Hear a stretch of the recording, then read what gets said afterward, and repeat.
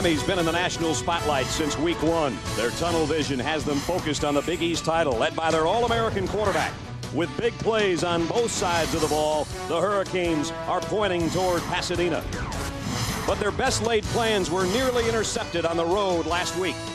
Knocked to their knees by turnovers, they needed one of their own and a prayer answered to avoid an upset. Syracuse had nothing to cheer about in the season's first 2 weeks, but since then their sack master leader and a make-no-mistake offense has them in a position for the unthinkable, the Big East Championship.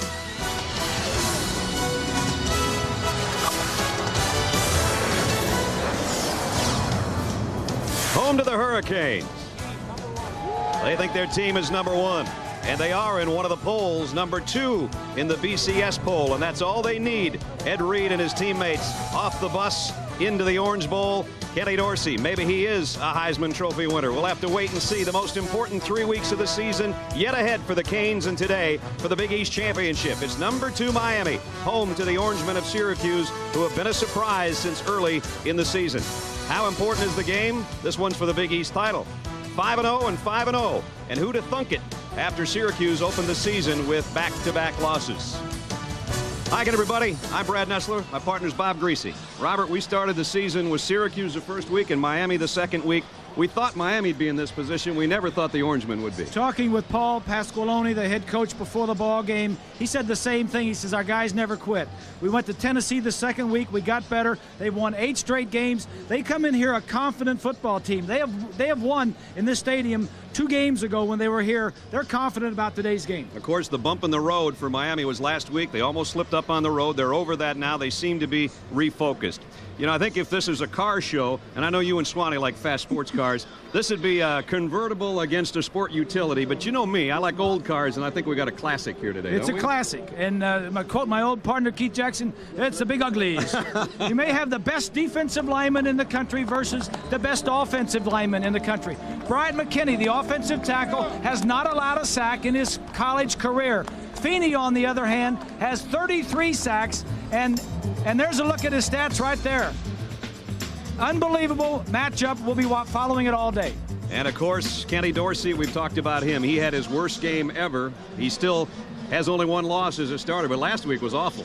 22-1 as a starter. Syracuse wanted to be in that position last week. They're not happy about him having an off day. They think he's going to come back well, and I think he will. Syracuse is going to have to play well and pick off some passes to have a chance to win here today. Syracuse likes to control the football, play on a short field, and then give it to James Mungro. He's on his way to a 1,000-yard season for the Orange. On the other side, Clinton Portis is running well for the Hurricanes. Can he run them all the way to Pasadena as they continue their run for the Roses? We'll find out when we come back.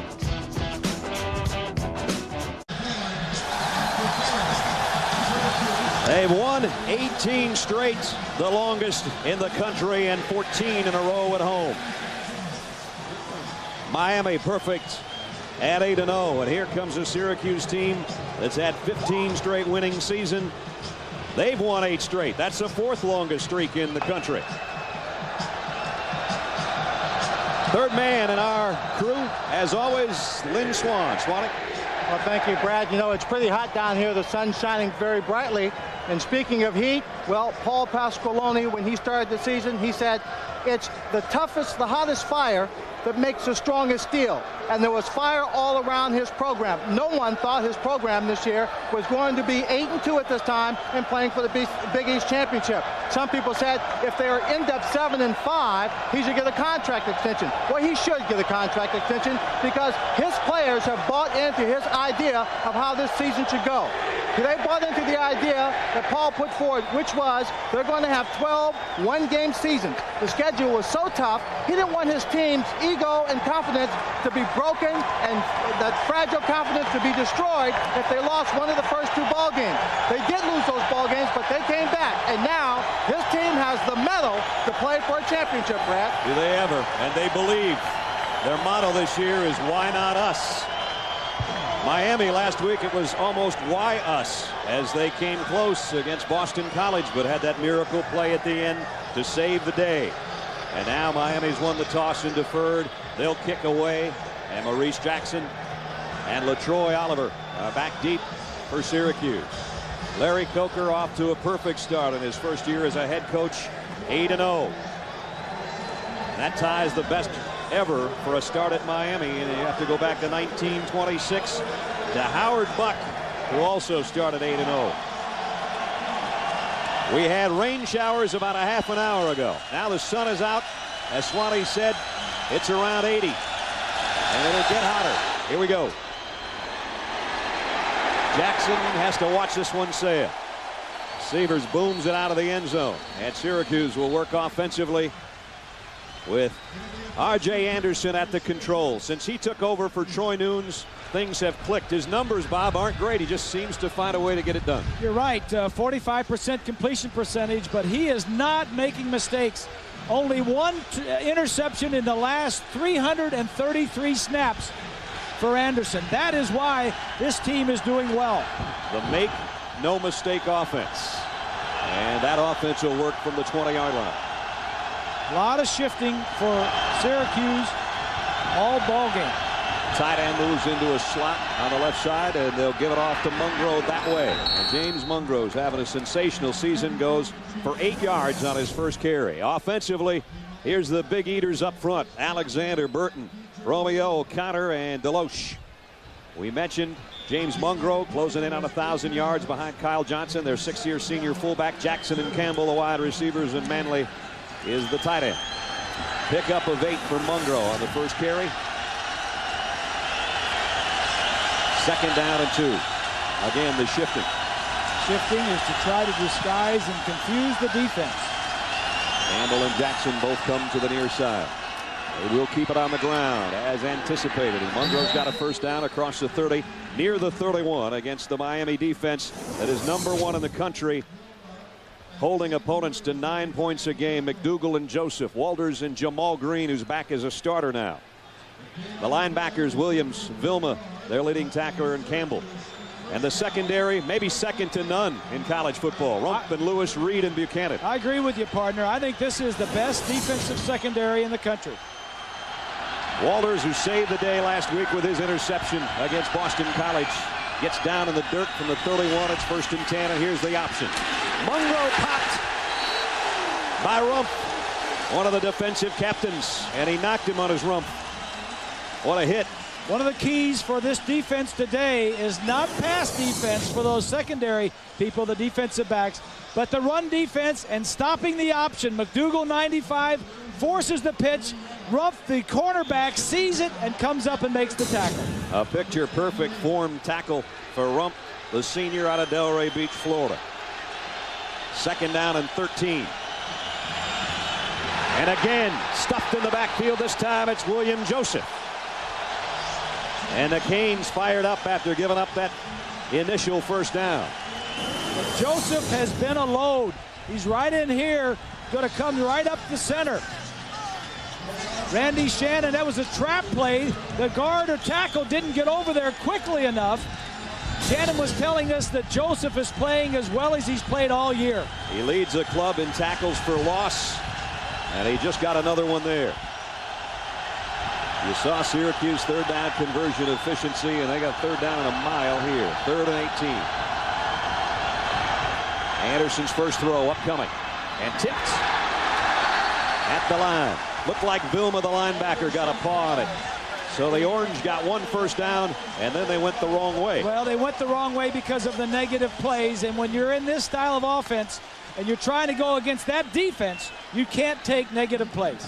Mike Schaefer's a good punter. Trouble here. And this guy is a great returner. First, leads the nation, 2 punt returns for touchdowns. Schaefer's set up inside his own 10.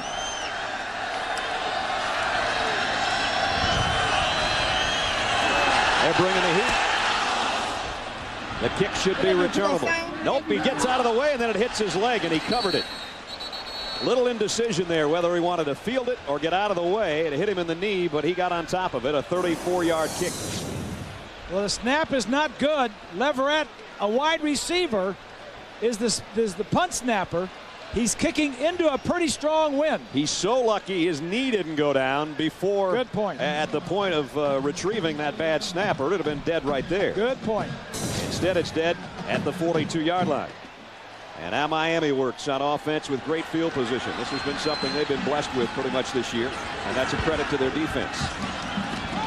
Here's a counter straight up the middle. Portis got about 1.5 yards.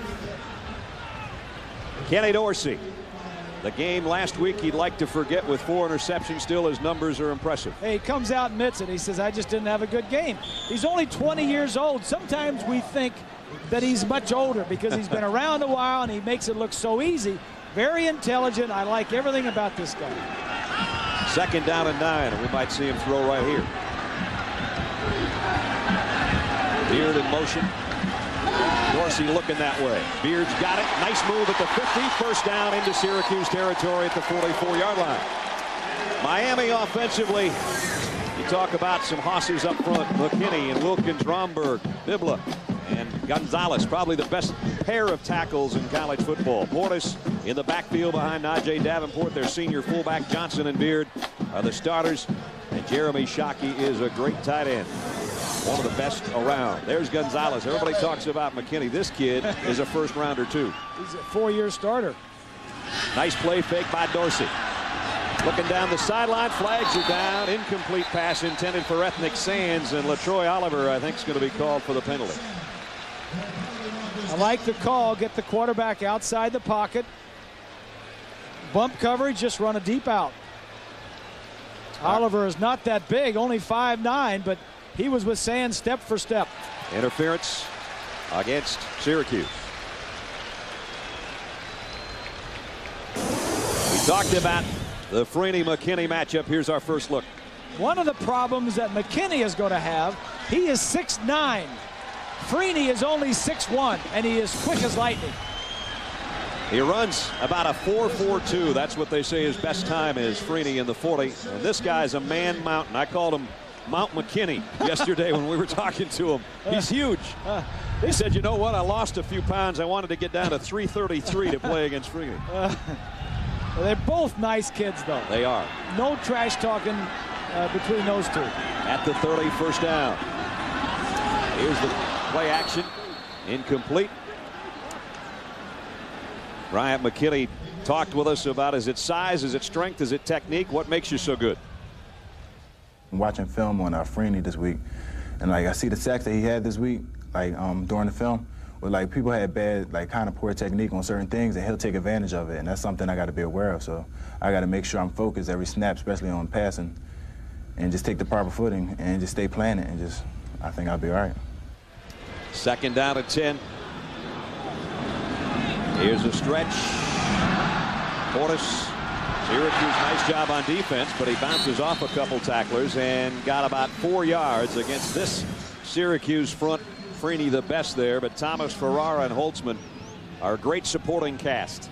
The linebackers, and one of the best in the Big East, is Clifton Smith inside. Scanlon and Burton flank him. In the secondary, there's some experience back there, too.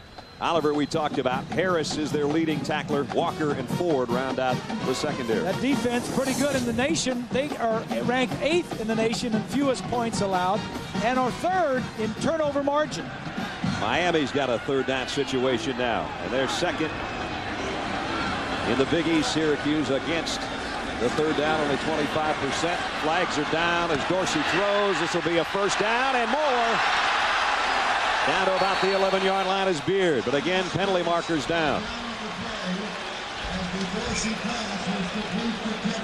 Thrown in a strange spot, kind of behind the linebackers, unless there was a holding maybe, trying to come out of there. Nope, it's illegal procedure against Miami. Yeah, the umpire threw it. Normally, he sees the offensive line. Normally, an offensive lineman might move. So that negates a 1st down. Larry Coker, 22 years an assistant coach before becoming a head coach, and he has handled it brilliantly. Of course, when you're 8-0, it helps. For sure. And he has handled it brilliantly, and there was a lot of talk about who should they hire. Donna Shalala, the new president at the university, was big friends at Wisconsin. And the players said we want a local coach. We want our own coach. We want Larry Coker, and it's turned out very well. There's the 3rd down conversions for Miami. Tops in the conference. Dorsey waits a long time and then goes long, and he and his receiver, a little miscommunication. I don't know if it was Beard or Sands. Well, he just threw it away. He knew he couldn't scramble, and he knew safe was deep, so he just threw it deep. What's the fact, Bob? You know, that'll with bring that out offensive line that he has, that Dorsey has, he usually takes a lot of time. But as he told us earlier this week, he's cognizant of the pass rush, so he wants to get rid of the ball very quickly this game. Severs will try a 48-yard field goal. And a kick is good. Career long for Severs. And Miami scores on its opening possession. This is the best he's ever hit it at home. Puts his team up by 3.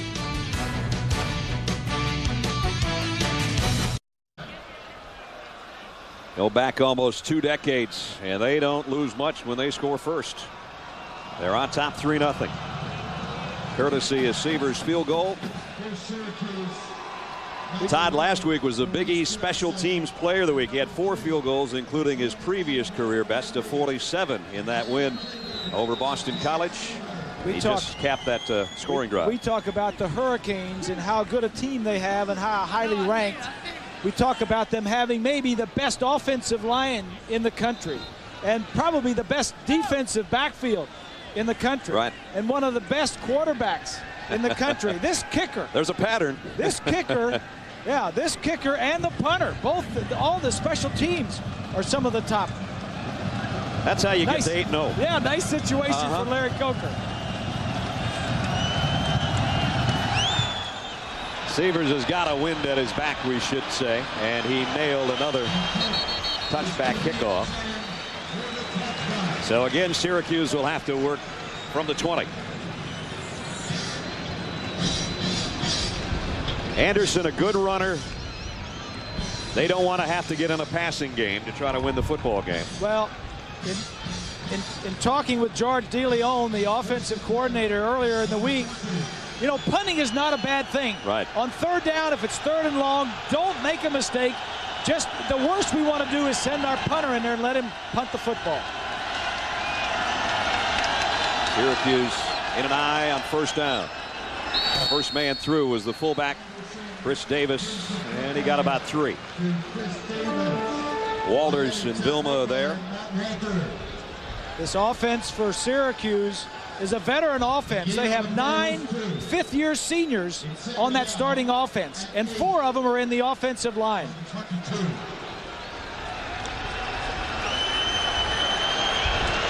Tyree and Riddle are the wide receivers now on a 2nd down along 7.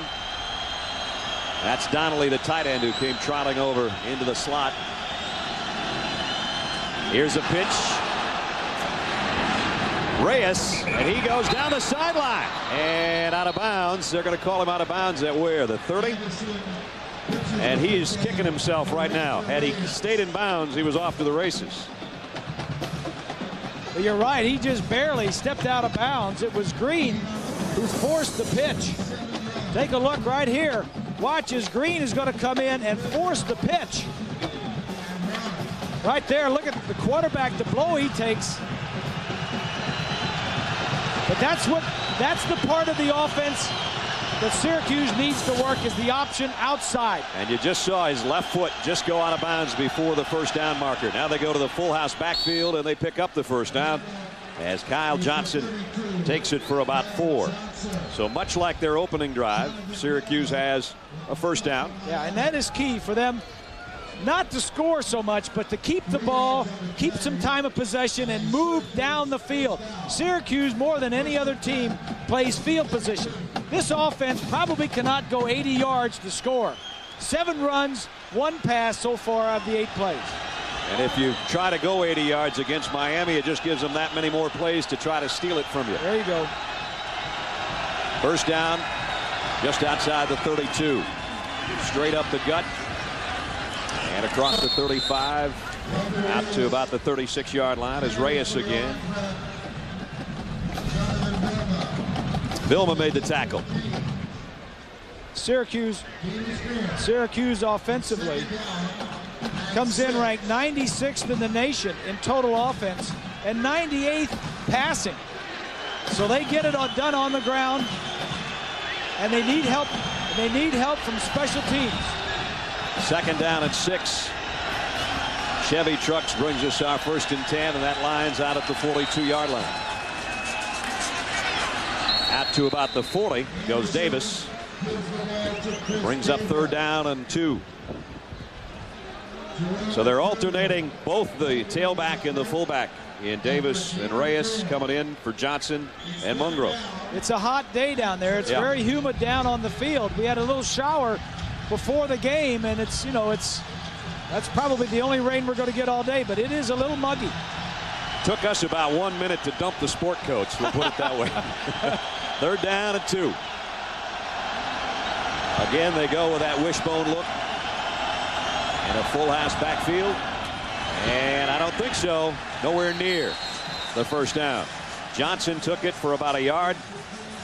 Vilma was one of the first guys there, and he's off to a great start. McDougal makes a great play. Watch McDougal here as he just goes down, throws his body down into the line, and just stacks up the 2 fullbacks that were in there blocking. You're right. He took the lineman and the back. Everybody fell over the top of the big fella. So now it's punting time again. That means Schaefer, whose first one didn't travel far, but Buchanan mishandled it and had no chance for a return. Let's see if he does this time. The snap's clean. The kick's a beauty. Buchanan has to call fair catch. He'll take it inside the 15. Beautiful punt all the way down to the 12. Good kick. High hang time, 47-yard kick. And so, as Bob said, punting's not a bad thing. Larry Coker's team in a bit of a hole when we come back. So many great games played here, both college and pro. And go back to the '92 Orange Bowl, Miami at home. Gino Toretta with a long pass, a touchdown, and a national championship win over Nebraska in a shutout. Erickson, one of 4 national titles this program has won. And this place has seen a lot of good football, the big version. Well, I haven't been in this Orange Bowl Stadium in like 10 years, and it brought back a lot of memories just walking out on that field. And I know Swanee hasn't been here either since the Super Bowl. He made a couple catches in that one. He made a couple big plays in a couple big games. Yeah. They just call Bob 12 when he comes in this place. You don't call him Greasy or Bob, just 12. Here's a big opener. Portis out across the 30. Boy, that's a way to get your team some room to work, busting out for 18 yards. And what they did, they're running right at Freeney behind McKinney. Watch to the right side of the screen. 54 is Freeney. Good blocking on the linebackers. Good, you know, you can't block everybody, and Portis makes the free safety miss and gains about 10 more yards. Portis, one of 5 guys in Hurricane history to hit the 2,000 career mark. There's his season numbers. And he picks up a 1st down out at the 32-yard line. Oops. Might be a free one here for Dorsey. It is. And incomplete, intended for Shockey, his tight end. Syracuse had a couple of guys jump in there. And when a couple of guys jump, then you know it's the quarterback's cadence. And it's not a rhythmic cadence where he says hut 1, hut 2, hut 3. It's like hut, hut, hut. And the 2 guys jump off sides. Yep, nobody moved. And that's something that you do when you have, especially when you have a pass rusher that likes to jump off sides or get a good jump and get a good pass rush up the field. Freeney was susceptible to that, and he was one of the guys that was offside. So it brings up a 1st down and 5 for the Canes near the 6-minute mark of the 1st quarter, leading by a field goal. High backfield with Portis, the tailback. He gets the pitch. Quentin Portis. This time he goes behind Gonzalez and company. Gets out near the 40-yard line as we head to New York, Times Square Stadium, and John Saunders. John? Right here on the Burger King update, Kentucky and Tennessee in a wild one. Jared Lorenzen hooks up 62 yards with Anthony Kelly for the touchdown. This after Tennessee had just taken their first lead of the game, a game they trailed at one point 21-0, all tied at 35 apiece. How hot has Jared Lorenzen been in the last month? Wow. He could play anywhere he wants to on the. He can play offensive line. He's down to about 260. It's put a little extra snap in his passes, I guess. Second down at 2, and Dorsey to throw. Dorsey's going long near sideline for Sands. He couldn't quite get there, but Oliver is going to be called for interference for the second time in the first quarter.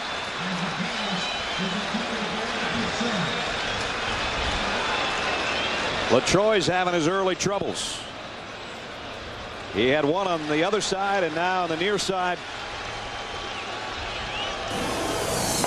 Well, take a look at it. When the ball is in the air, you can't be hand pushing and fighting for position with the defensive when the offensive receiver. Plus, Bob, the defensive secondary for Syracuse is going to lock up on those receivers man for man. One of the big reasons is that from the University of Pittsburgh, Antonio Bryant, who was the top receiver, Willie Ford, number 15, shut him down when Syracuse played Pitt. So they have the confidence that corners can shut down these receivers. But unfortunately, that means LaTroy Oliver, number 3, is going to be locked on some pretty good talent also. He's locked out on Sands again at the bottom of the screen. 3 penalties, all on the Syracuse defense. End around coming. Sands the right side, and he's wide open out there. Ethnic Sands all the way to the 22-yard line.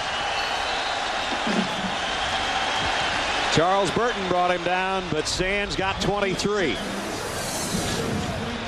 All the flow is going to go this way, and Sands is going to come back around from the backside. Watch the orange jerseys. Look at all the orange guys. They're all over here, and Sands is going the other way. Nice blocking, green shirts out there. Sands was a quarterback in high school here in Miami. Did a lot of running. Great play fake from Dorsey, too, before this handoff. And then wide open spaces. Now it's first down at the 22-yard line. Dorsey almost made him jump again. Portis on the play fake, and the ball to the end zone. Touchdown! Andre Johnson. Perfectly thrown pass.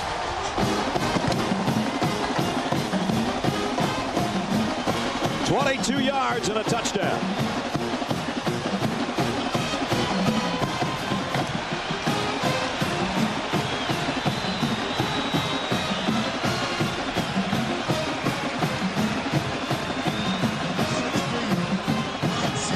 Severs in for the point after.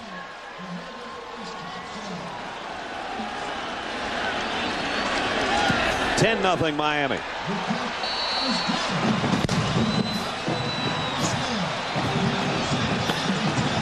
And here in the first quarter with 4:34 remaining. He comes in and he just beats. This is a great throw. That's just good coverage. Ford can't be on him any better. He throws it to the back of the end zone.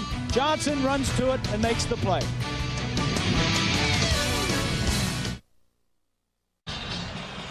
Let's go back and take a look. The thing that impresses me, it's a play action fake to this side over here.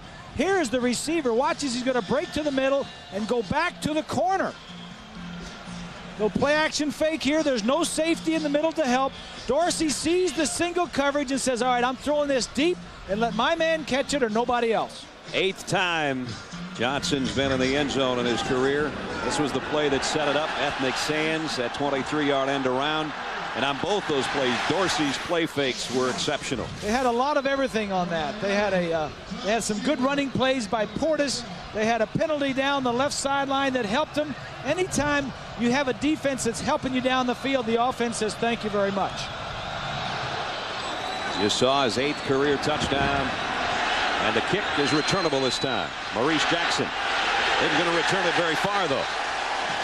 Sean Taylor made the tackle on the special team. Yeah, well, the only thing that Larry Coker has not been happy with is their kick coverage, and they were really good on that one. This is the 3rd time Syracuse will have to start from its own 20 or worse. This one's worse at the 13-yard line. As I mentioned, Buck started 8-0 in 1926. I don't even remember that name. I don't either. And I've lived here for 34 years.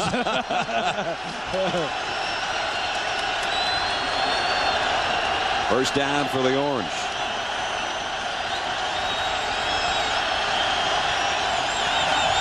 Anderson on the option pitch to the near side of Mungro. A lot of room to work. Ran out of real estate and run out of bounds after a pickup of about 3.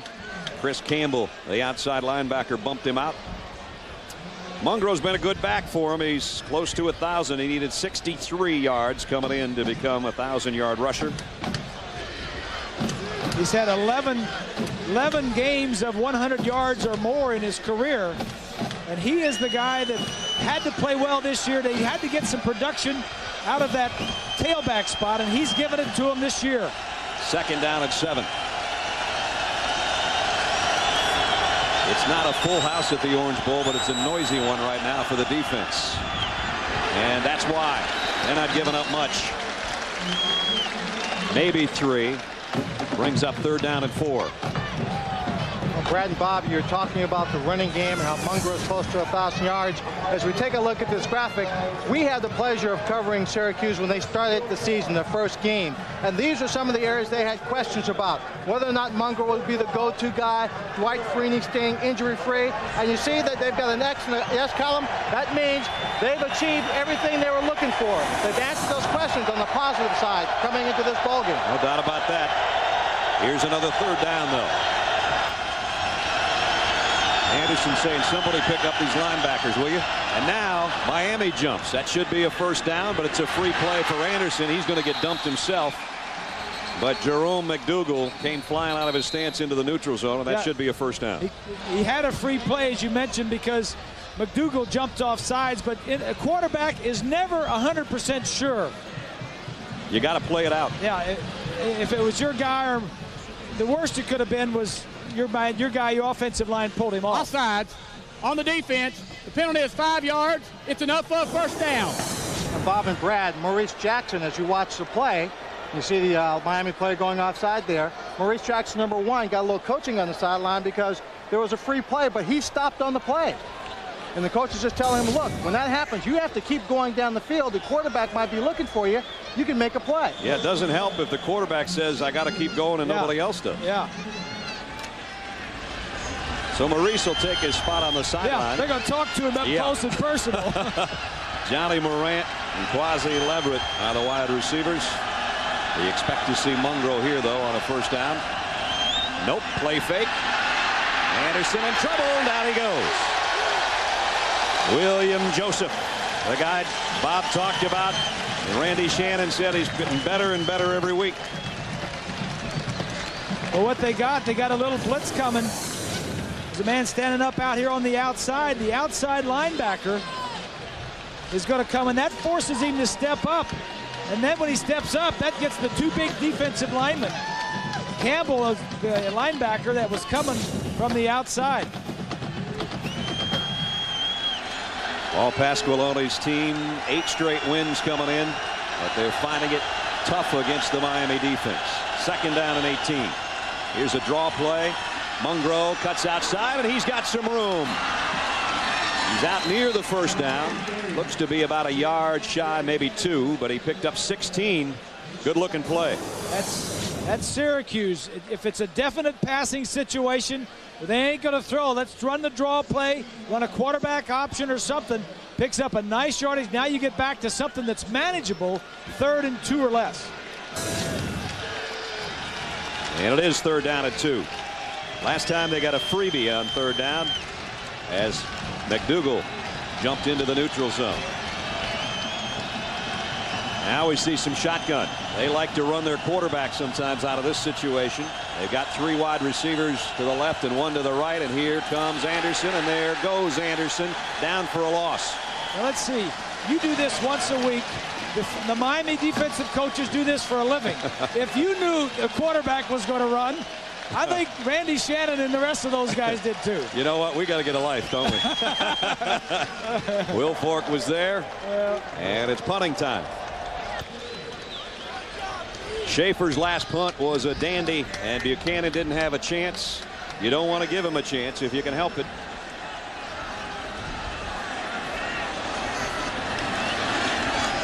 Again, Schaefer punting into the wind.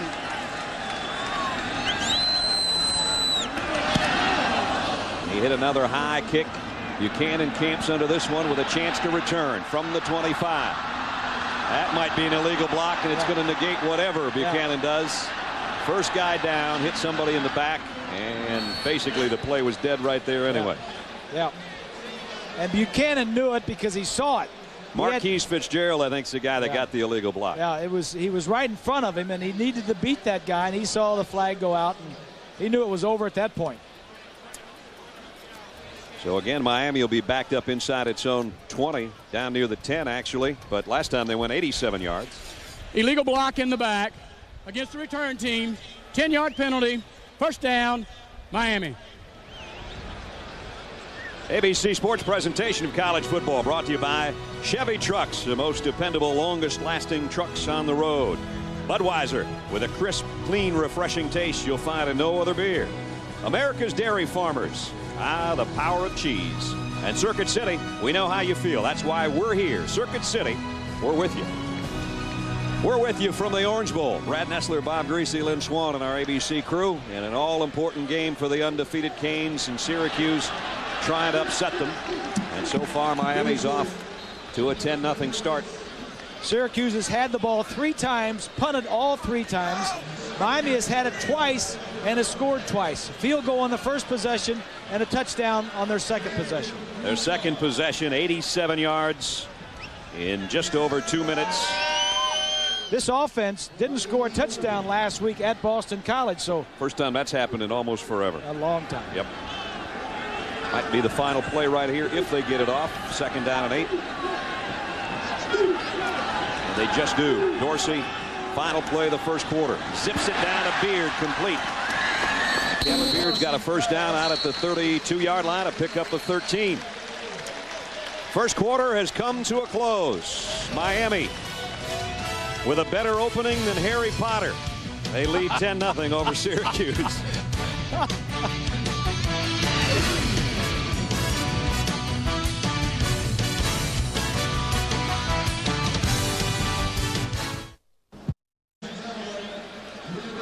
Number 2, Miami dominated the first quarter.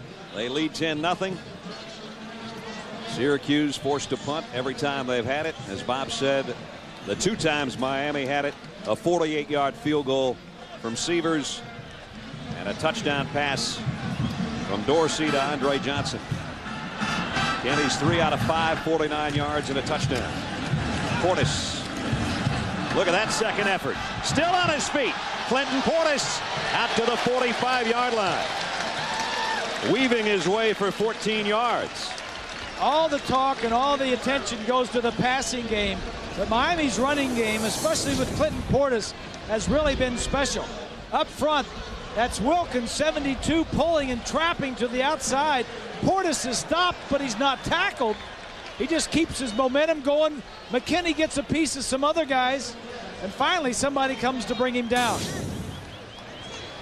43 yards on the ground for Portis. A first down at the 45. Dorsey, quick play fake, throwing it long. Threw it a little early, and his receiver, Geathers, didn't turn around in time. Incomplete. Our Pacific Life game summary to this point. For Syracuse, it's been nothing but groundwork. 15 rushes and just 1 pass. And Dorsey, the 1 touchdown. Miami with 8 first downs. Miami going into a pretty good breeze coming from the open end of the Orange Bowl.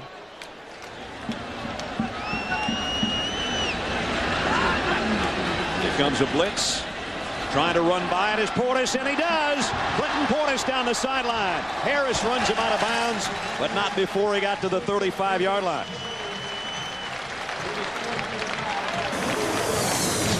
Take a look from the end zone. One of the things I like about Kenny Dorsey is he's a bright, intelligent quarterback. Let's go ahead and see the play.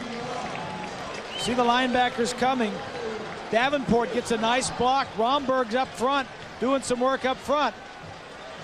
But Dorsey not only involved in the passing game, but he knows the running game and the blocking assignments and knew that that play would be successful against that blitz. The freshman Frank Gore comes in at tailback to give Portis a breather. Play action. Dorsey zips a slant. What a hit, but what a catch. Kevin Beard just about had his beard taken off, but he holds on. Pick up a 16. He knows he's going to get blasted, Bob. Well, it's play action away. That holds the linebackers. Scanlon, 57, Then he comes back and throws, but the free safety gets back. That's Walker, the strong safety. Take a look at the one-on-one classic battle over here, McKinney and Freeney. Can't even see Freeney. No. He's no speed on that one. Just inside the 20. So it's red zone time again for the Hurricanes, leading by 10. Portis back in there, gets the call. And Portis 4, almost 5 more. As we check in, Times Square Stadium in New York. John Saunders with an update. John. From the Apple Cup, Washington State and Washington. Cody Pickett, 25 yards to Reggie Williams. This gets it down to the 1-yard line. They score a play later. That's part of a 99-yard drive after Washington State was stopped on 4th and goal. Tennessee, meanwhile, squeaks it out against Kentucky, 38-35. The final, they remain with just 1 loss.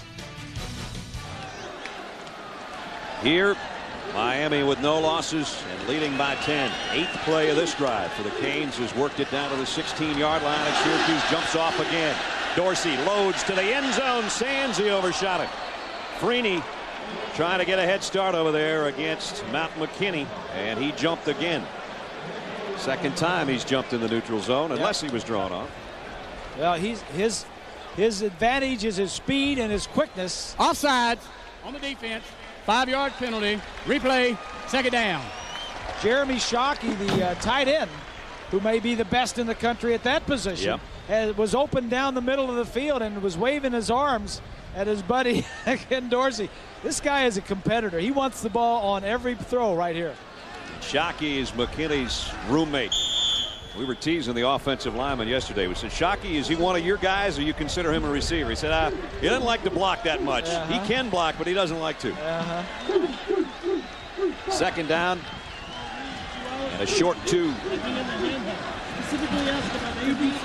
Portis not going to get it. Nice job defensively. Josh Thomas made the first contact, and Scanlon came in there. And Scanlon and Harris bring him down. Scanlon was on a blitz. There were just too many guys for that offensive lineman to block. Interesting play right here. 3rd down, short. Throw it in the end zone. Do you run it for the first down? They bring Beard and Johnson back in there on 3rd and a short 3. Again, this is a 72-yard march after the 87-yarder for a touchdown the last time they had it. And Larry knows offense. Offensive coordinator under Butch Davis.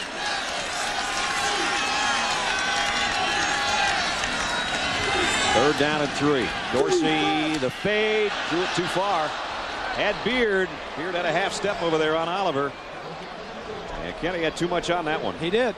And I think the wind, it's a swirling wind. When it comes from that end of the end zone, the wind is coming right at him like this, and it's a swirling wind. And if you got to spin the ball, you can't float it. I think he thought that the ball was going to be knocked down by the wind a little bit. Yep. He was playing that like a golf shot, and he ended up overthrowing. So it's Severs from 29 yards, and he badly hit this one to the left. So after a career long for Severs, the first time he kicked, he missed that one big time. I tell you, kicking into the wind plays something on your mind. No question. Still 10-0 Hurricanes.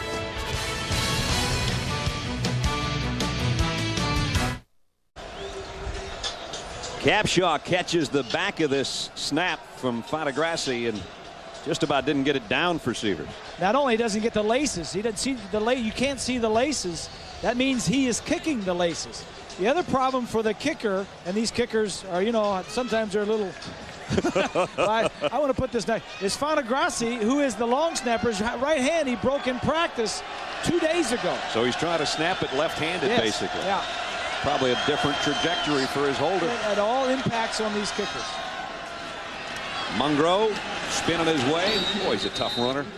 Got out to the 26. He's not the biggest guy in the world. 5'9". They list him at 215. But he doesn't give up. Well, if you're in an offense that's going to run the football, you got to be tough. And Mungro has done an outstanding job this year. Kid that put up almost 8,500 yards in high school. And now in his senior season, as Swanee said earlier, the question mark is he going to step to the plate and be the man. Well, he's been the man. He's on his way to 1,000. He picked up 6 there, and it's 2nd down and 4. Jackson and Campbell, the wideouts. Anderson's going to call a timeout. He never liked the look of either Miami or his offensive set, you could tell. Well, maybe he didn't like where he was, because they've started 4 possessions, 3 on their own 20 and 1 on the 13-yard line. So 11:21 left first quarter. Time for our Aflac trivia question this week. Who was the last coach to win a national championship in his first season ever as a head coach? We'll have the answer for you a little bit later on. Some great shots today. Our aerial views courtesy of Goodyear, and overhead is Goodyear Blimp Stars and Stripes, continuing a tradition of appearances at major events. It started back in 1925 with the Blimp Pilgrim, and to have Stars and Stripes with us today, pretty apropos. There's, look at these. Reese knows all this stuff. You get some cruise ships there. It's the Port of Miami. They're constantly coming and going. Bob gave us the tour, the grand tour of the place he's called home for so many years. Yeah, stopped over at Joe's on South Beach, and then took you around South Beach a little, and then down into Coconut Grove. That's when it all began. There was only about 3,000 people at Joe's, and we walked right by everybody. It was like being with the mayor. 2nd down and 4. I just tag along behind you and Swan. Great stuff.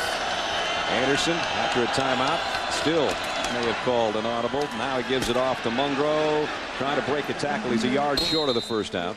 DJ Williams and Campbell, the linebackers, out there, and it brings up 3rd and about a yard. Go back to that last play when Anderson called timeout. Most of the time, the reason a quarterback will call timeout at the line of scrimmage is that he's looking at the far end of the field, and he sees that play clock, the 25-second clock, is down to 3 or 2 seconds, and he doesn't have time to get the ball snapped.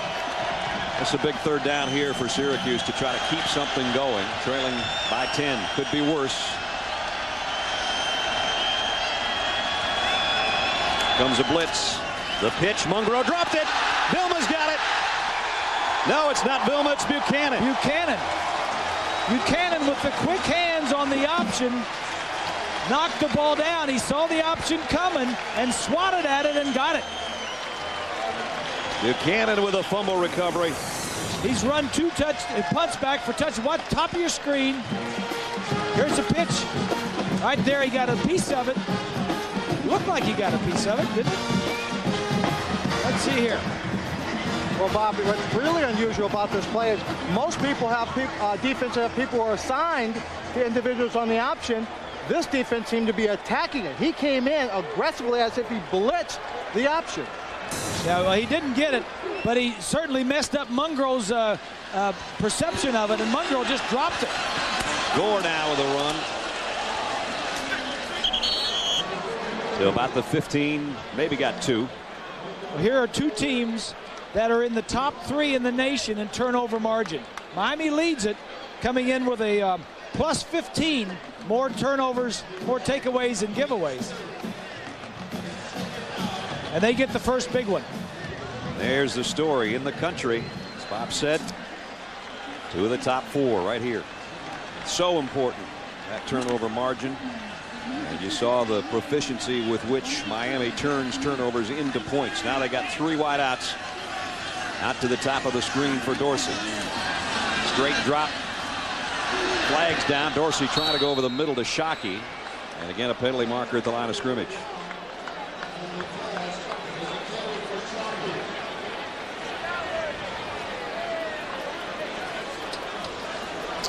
Penn Wagers is our referee. Offsides on the defense. 5-yard penalty. Replay. 2nd down. That is their, what, 4th offside?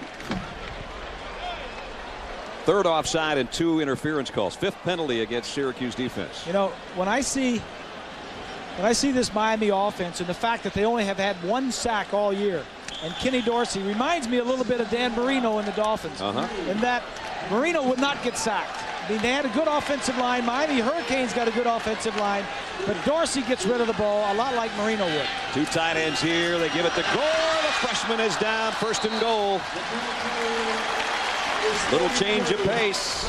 Portis banging away, and then Gore comes in with fresh legs.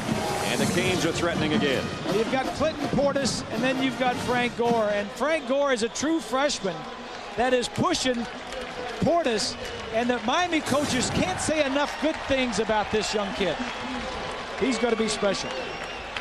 First and goal at the 3-yard line. Of course, they say a lot of nice things about Portis, too. That's true. They tried to go to Shockey a couple of times today, both times incomplete. You got single coverage way up here at the top. And penalty markers, they run out of time. Dorsey looked upset with himself there. Prior to the snap, delay of game, offense. Well, sometimes you, as a quarterback, you just forget about the clock. You know, you do. You say, all right, we got the play in a normal time. We're up the line of scrimmage. I'm gonna see, because I gotta throw a touchdown pass to my wide receiver. I'm gonna make sure, oh, they're in the good defense for it. And then you forgot to look at the clock. And all of a sudden you're up to 26. Yeah, and the first thing you turn around and say, you tell the referee, you're starting that clock too quick. Well, Bob, it took him a full 10 seconds just to get the play from the sideline. Well, that's usually the problem. First and goal at the 8. Dorsey, incomplete. Intended for Andre Johnson. Willie Ford was covering. The secondary for Syracuse doing a nice job of taking away some of the passes. Oh, this is a good shot. He's going to throw it to the top right of the screen. And he just threw it away. That's a cool look from Stars and Stripes. Yeah. And now second down and goal at the 8-yard line. 8:46 remaining in the half. Miami 10 and Syracuse nothing. 3 wide receivers.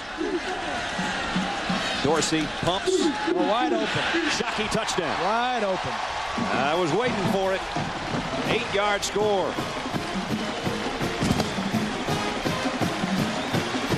Spread everybody out and then sneak 88 in the middle. That was like stealing. He's going to go down, break to the outside, like he's going to run an out route, and then right to the middle. That's like stealing there. Second touchdown pass for Dorsey. And Gore got him close. Shockey got him the touchdown, and Sievers the extra point. Kenny Dorsey's second of the day. His 17th touchdown pass of the year. Canes by 17.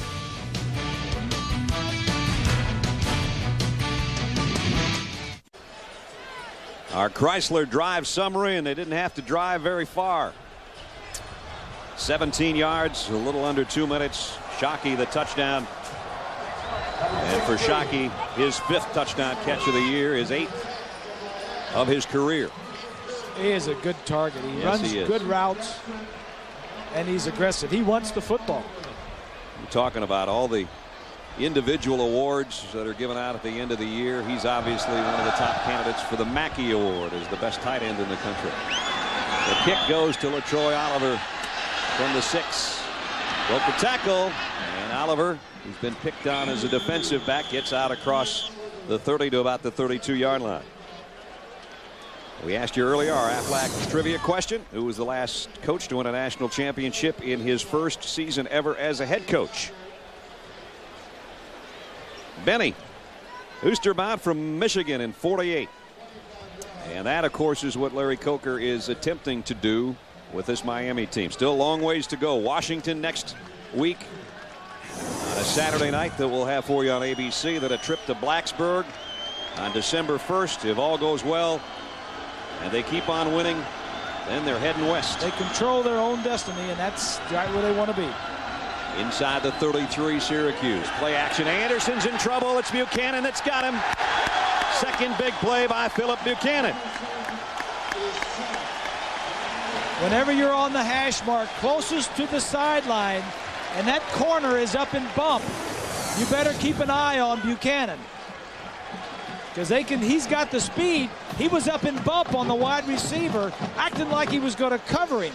And then when the ball was snapped, he blitzed from that position because it was on the hash mark. He's close enough to get there.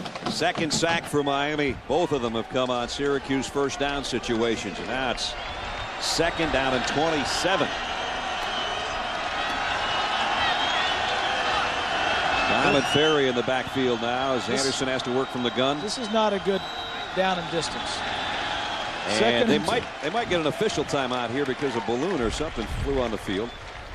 Although I think they may have called the timeout before that showed up. Brad, there were only 3 seconds left on the 25-second clock, and Anderson came up to the line of scrimmage, looked down the field, saw it, called the timeout. So we're going to take it as well. Anderson talking things over on the sideline. 7:40 left first half.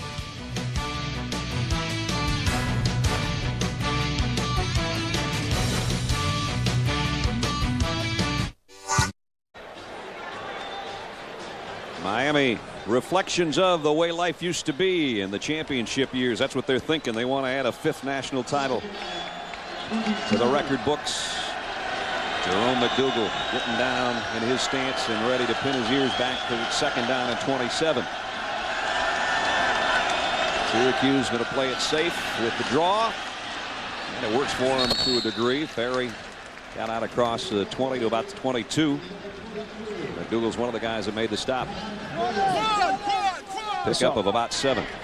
West Virginia offensive cannot really go the distance and go the length of the field. Last week in their game against West Virginia, they started on West Virginia's 10-yard line, their 11-yard line, their 18, and the 41, all from turnovers or a blocked punt. So they had 4 nice possessions. They just gave Miami one, and Miami scored on it. 3rd and 20. Anderson with some time completes this one, but it's a short gain to Maurice Jackson, and it will bring up 4th down and long again.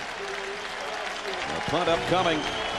ABC Sports presentation of college football brought to you by Chrysler. Drive equals love. Mutual of Omaha providing insurance and financial services. And Dr. Pepper in your local Dr. Pepper bottler. Be you, nothing's better. Dr. Pepper.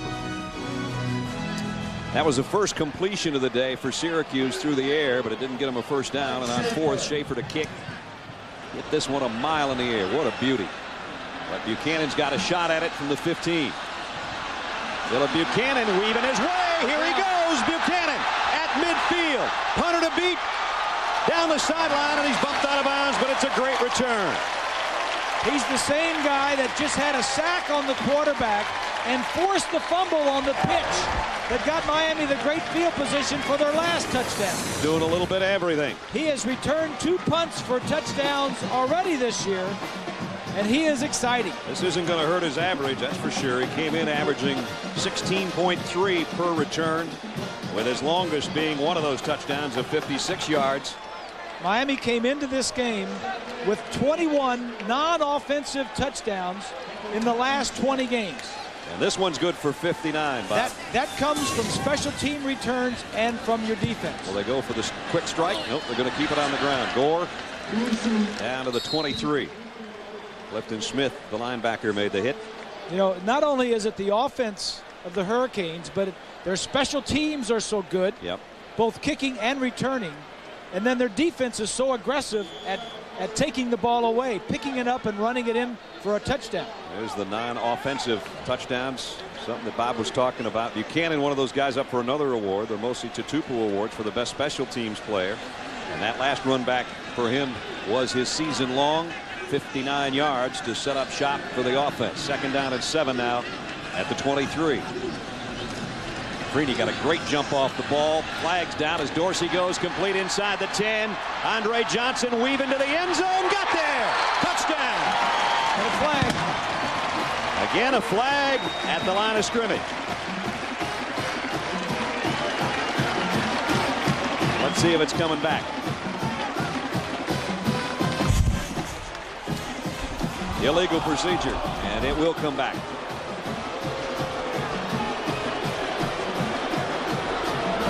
The Hurricanes are the most penalized team in the Big East. Enough men on the line of scrimmage against the offensive team. 5-yard penalty. Previous spot. Replay. 2nd down. We saw that kill Clemson a few weeks ago in a punting situation. We've seen a lot of not enough guys on the line this year. Well, here's Johnson over here, and it may be him. It probably is that he's not lined up on the line of scrimmage. He's going to go down and run a route, but it's his fault to begin with that he's not up on the line of scrimmage. I believe it's him. He's the split in, and normally it's the split receiver. Each team with 5 penalties. So now it's 2nd down and 12 instead of a touchdown. Draw play to Gore. And Gore's not going anywhere. Clifton Smith's got him wrapped up. Smith's a good linebacker. The middle linebacker, number 9, a junior out of Freeport, New York. He is one of the leaders of this ball club. He and Harris, the free safety. Smith had a great game against Miami last year. Career high 18 tackles, and he blocked an extra point. 250-pounder. So now it's 3rd down and long. 3rd and 13. 3 wideouts all come to the near side. Watch the tight end from the other side come across. Syracuse thinking about a blitz on the corner, and Dorsey's going to call timeout. See, he saw the top up there. He knew that he couldn't block something, and the only way to get out of it was to take a timeout. He'll come and talk about it on the sideline. 4:35 left first half.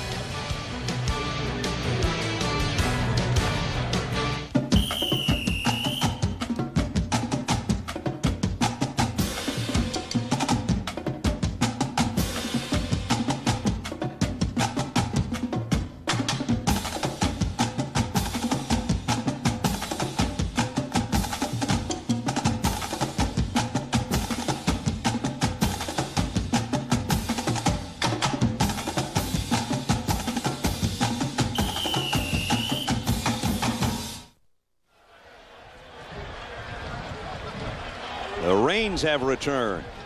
It's a shower. Shower. There you go. Don't forget Thanksgiving feast for you, presented by Siemens, coming up on Friday.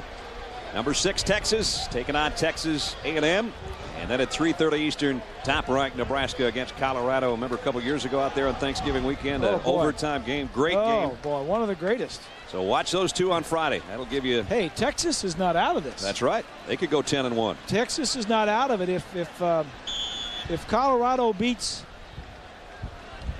Nebraska.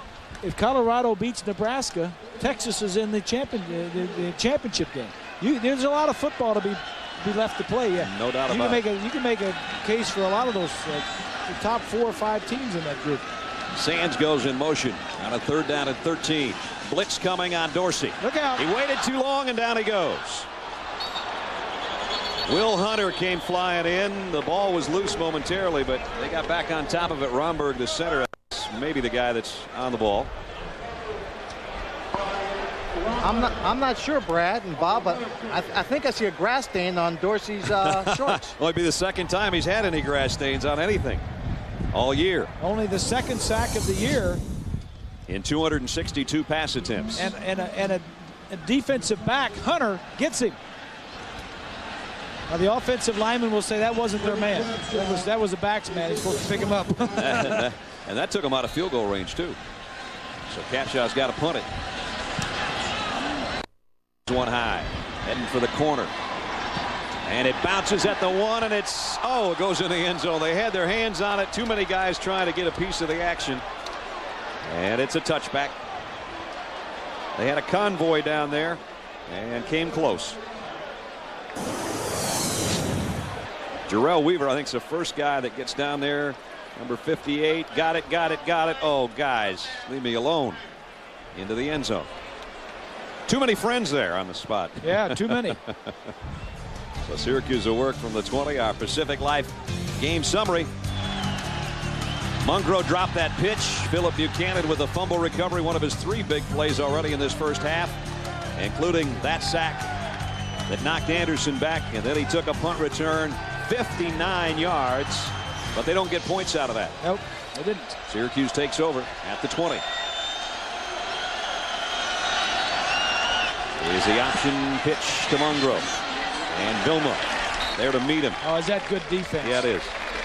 Everybody covered. Everybody was where they were supposed to be. Everybody was where supposed to be. Take a look from the defensive side. Green, 55, takes the quarterback. Johnson takes the block of the fullback. Lewis is outside, taking the contain. And then back inside, that's Vilma. He comes over and makes the play.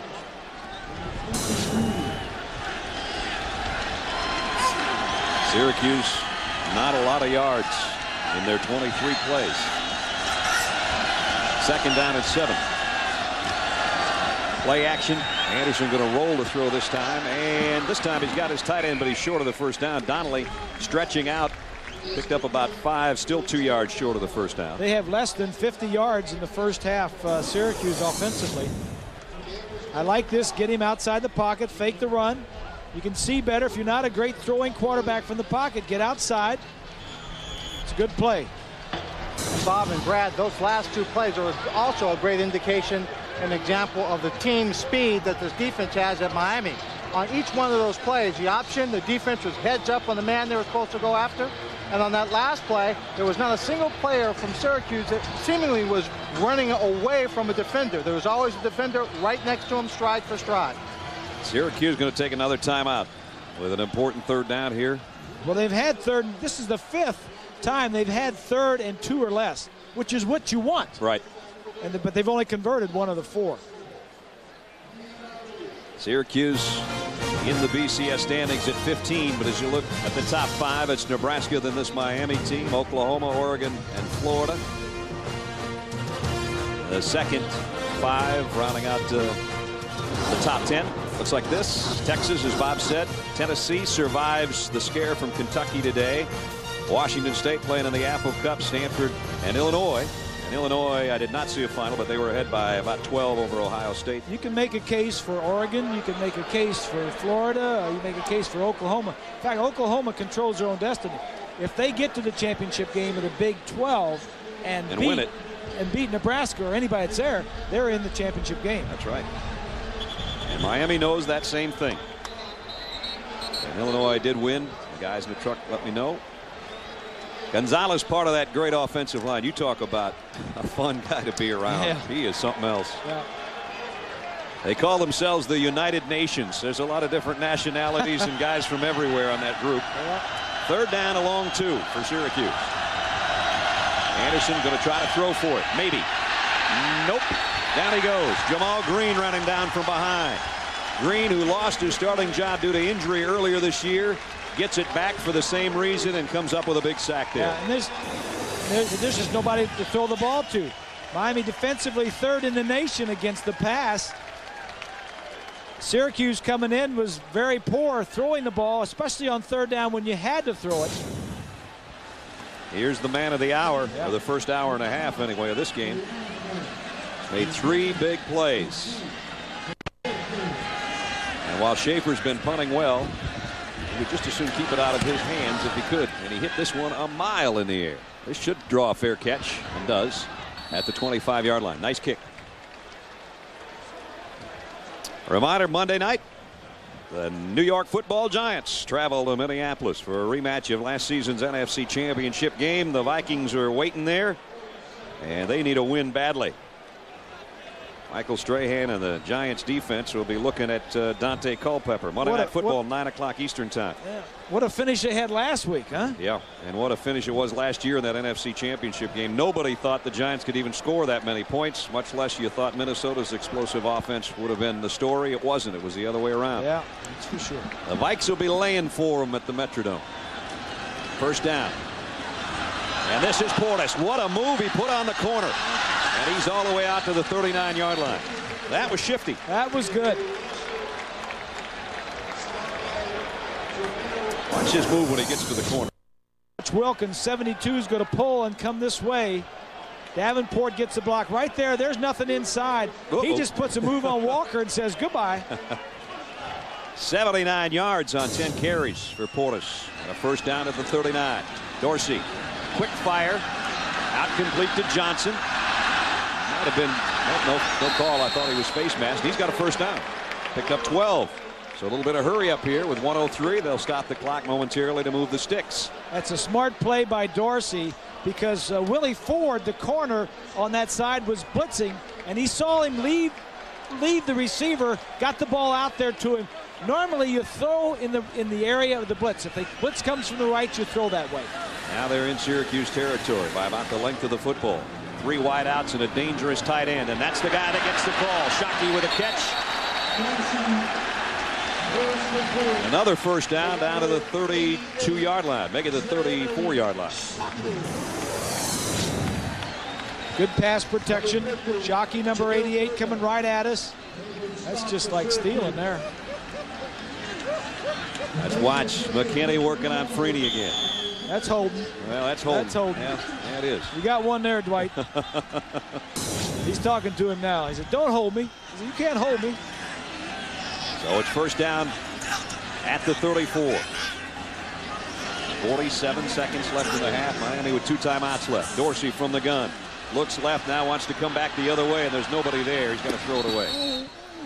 And he gets dumped after he let go of the football. Coming up on the Capital One halftime show, John and Terry from Times Square Stadium in New York. They'll have all the scores and highlights from today's action, both ongoing games and the ones that are already finished.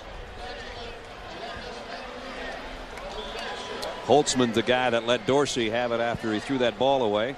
And he's still clearing the tears from his eyes. Here's the matchup. This time, Freeney's going to try to bull rush him. Going to try to run right at him and knock him over.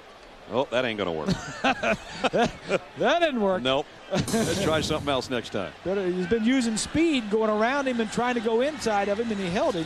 That time he tried to run over him. Draw play to Portis on 2nd and 10. And he got collared. Still got a couple yards. Mason made the tackle. Clock is running at 30 seconds. Now they use one of their timeouts.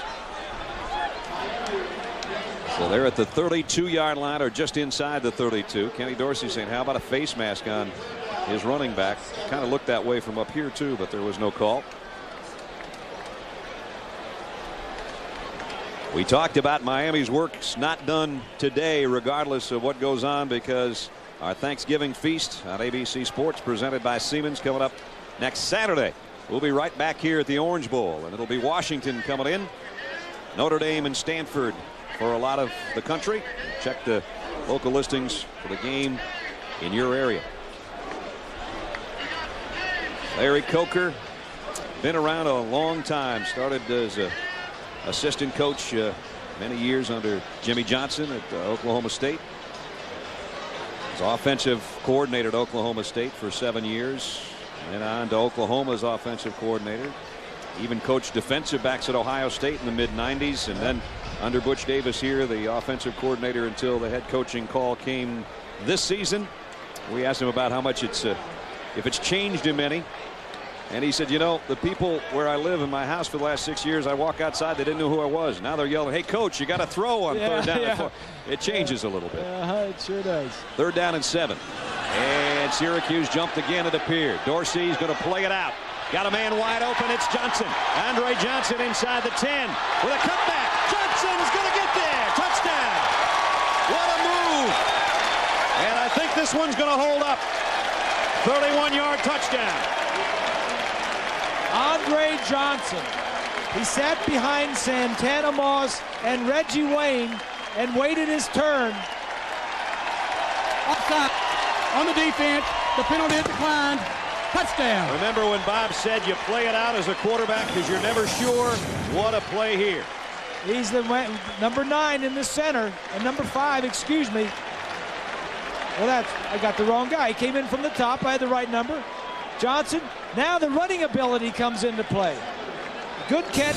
He was the one that scored before on the flag. Didn't allow it. This time he gets it. Seaver's extra point is good. Johnson's got 2 touchdown catches in the first half. Dorsey has thrown 3, including this one. When you've got a tight end like Shockey that you know everyone's going to jump on, you start the season off, you hope that the receiver, right there, number 5, is going to step up and take some pressure off. He comes into this game leading his team in touchdowns, and he is just a very talented young man. And Bob and Brad, he is just now starting to come into his own as a wide receiver. There's no doubt about that, Lynn. Yeah, you got that right. And he comes from the same high school as a former All-American here in Eddie Brown, and that was an Eddie Brown type move he put on to get that touchdown. 4 of Miami's top 5 wide receivers are from South Florida. And this one is, we asked him the other day, Swanee and I are out of practice talking to the receivers. We asked him, the group, who's the best? And everybody kind of chuckled and laughed, and they all said, Andre. At least they weren't kidding. What a drive that was, huh? They took over with 1:27 left at their own 25-yard line, and there's still 20 seconds left in the half. And Paul Pasqualoni now finds his team down 24-0. They knew a 9th straight win was certainly not going to be easy, but Miami's defense has completely shut out the Syracuse offense, and the Miami offense has looked like the Miami offense we expected. you didn't expect him to have an off week 2 weeks in a row. Right. Dorsey last week did not throw a touchdown for the first time in the 23 games he started as a quarterback for Miami. That kick was a good one because one of the up guys actually touched it. It squirted through, and Oliver had to just hit the deck. So no return. Dorsey, I'd say he has worked himself back to respectability, huh? 3 touchdown passes first half. Capital One halftime show is 18 seconds away with John and Terry. 7 possessions for Syracuse now. 6 of them at their own 20-yard line or worse. The only loss that Dorsey suffered in his career was last year at the beginning of the season at Washington. The University of Washington comes calling next week for Miami. Just another one of the interesting things that's going to make that game fun. And now just going to run the clock out here as Kyle Johnson, the fullback, takes it. A dominating first half by that young man in a lot of areas as a punt returner and a defensive back. And the offense puts up 3 touchdown passes and a field goal. Halftime. It's Miami 24, Syracuse nothing.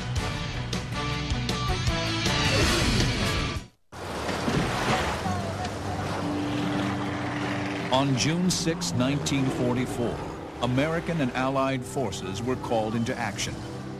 Jeep was there when they answered that call and joined together in a noble mission.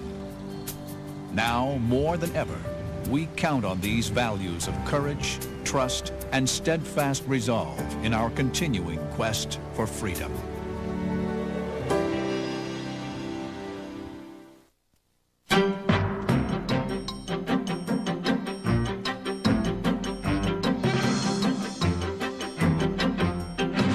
For a great car at a great rate, call or click Thrifty.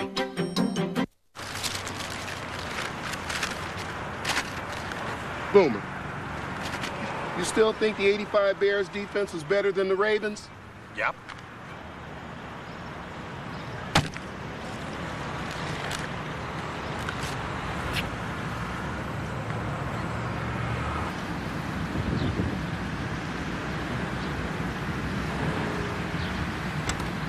NFL Countdown, Sundays 11 a.m. Eastern on ESPN.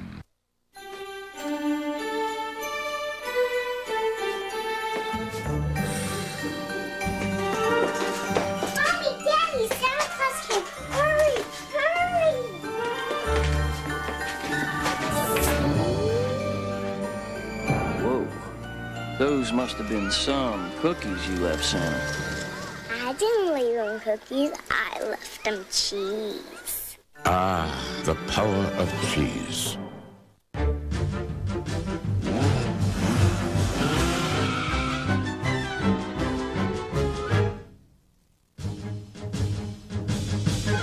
For a great car at a great rate, call or click Thrifty.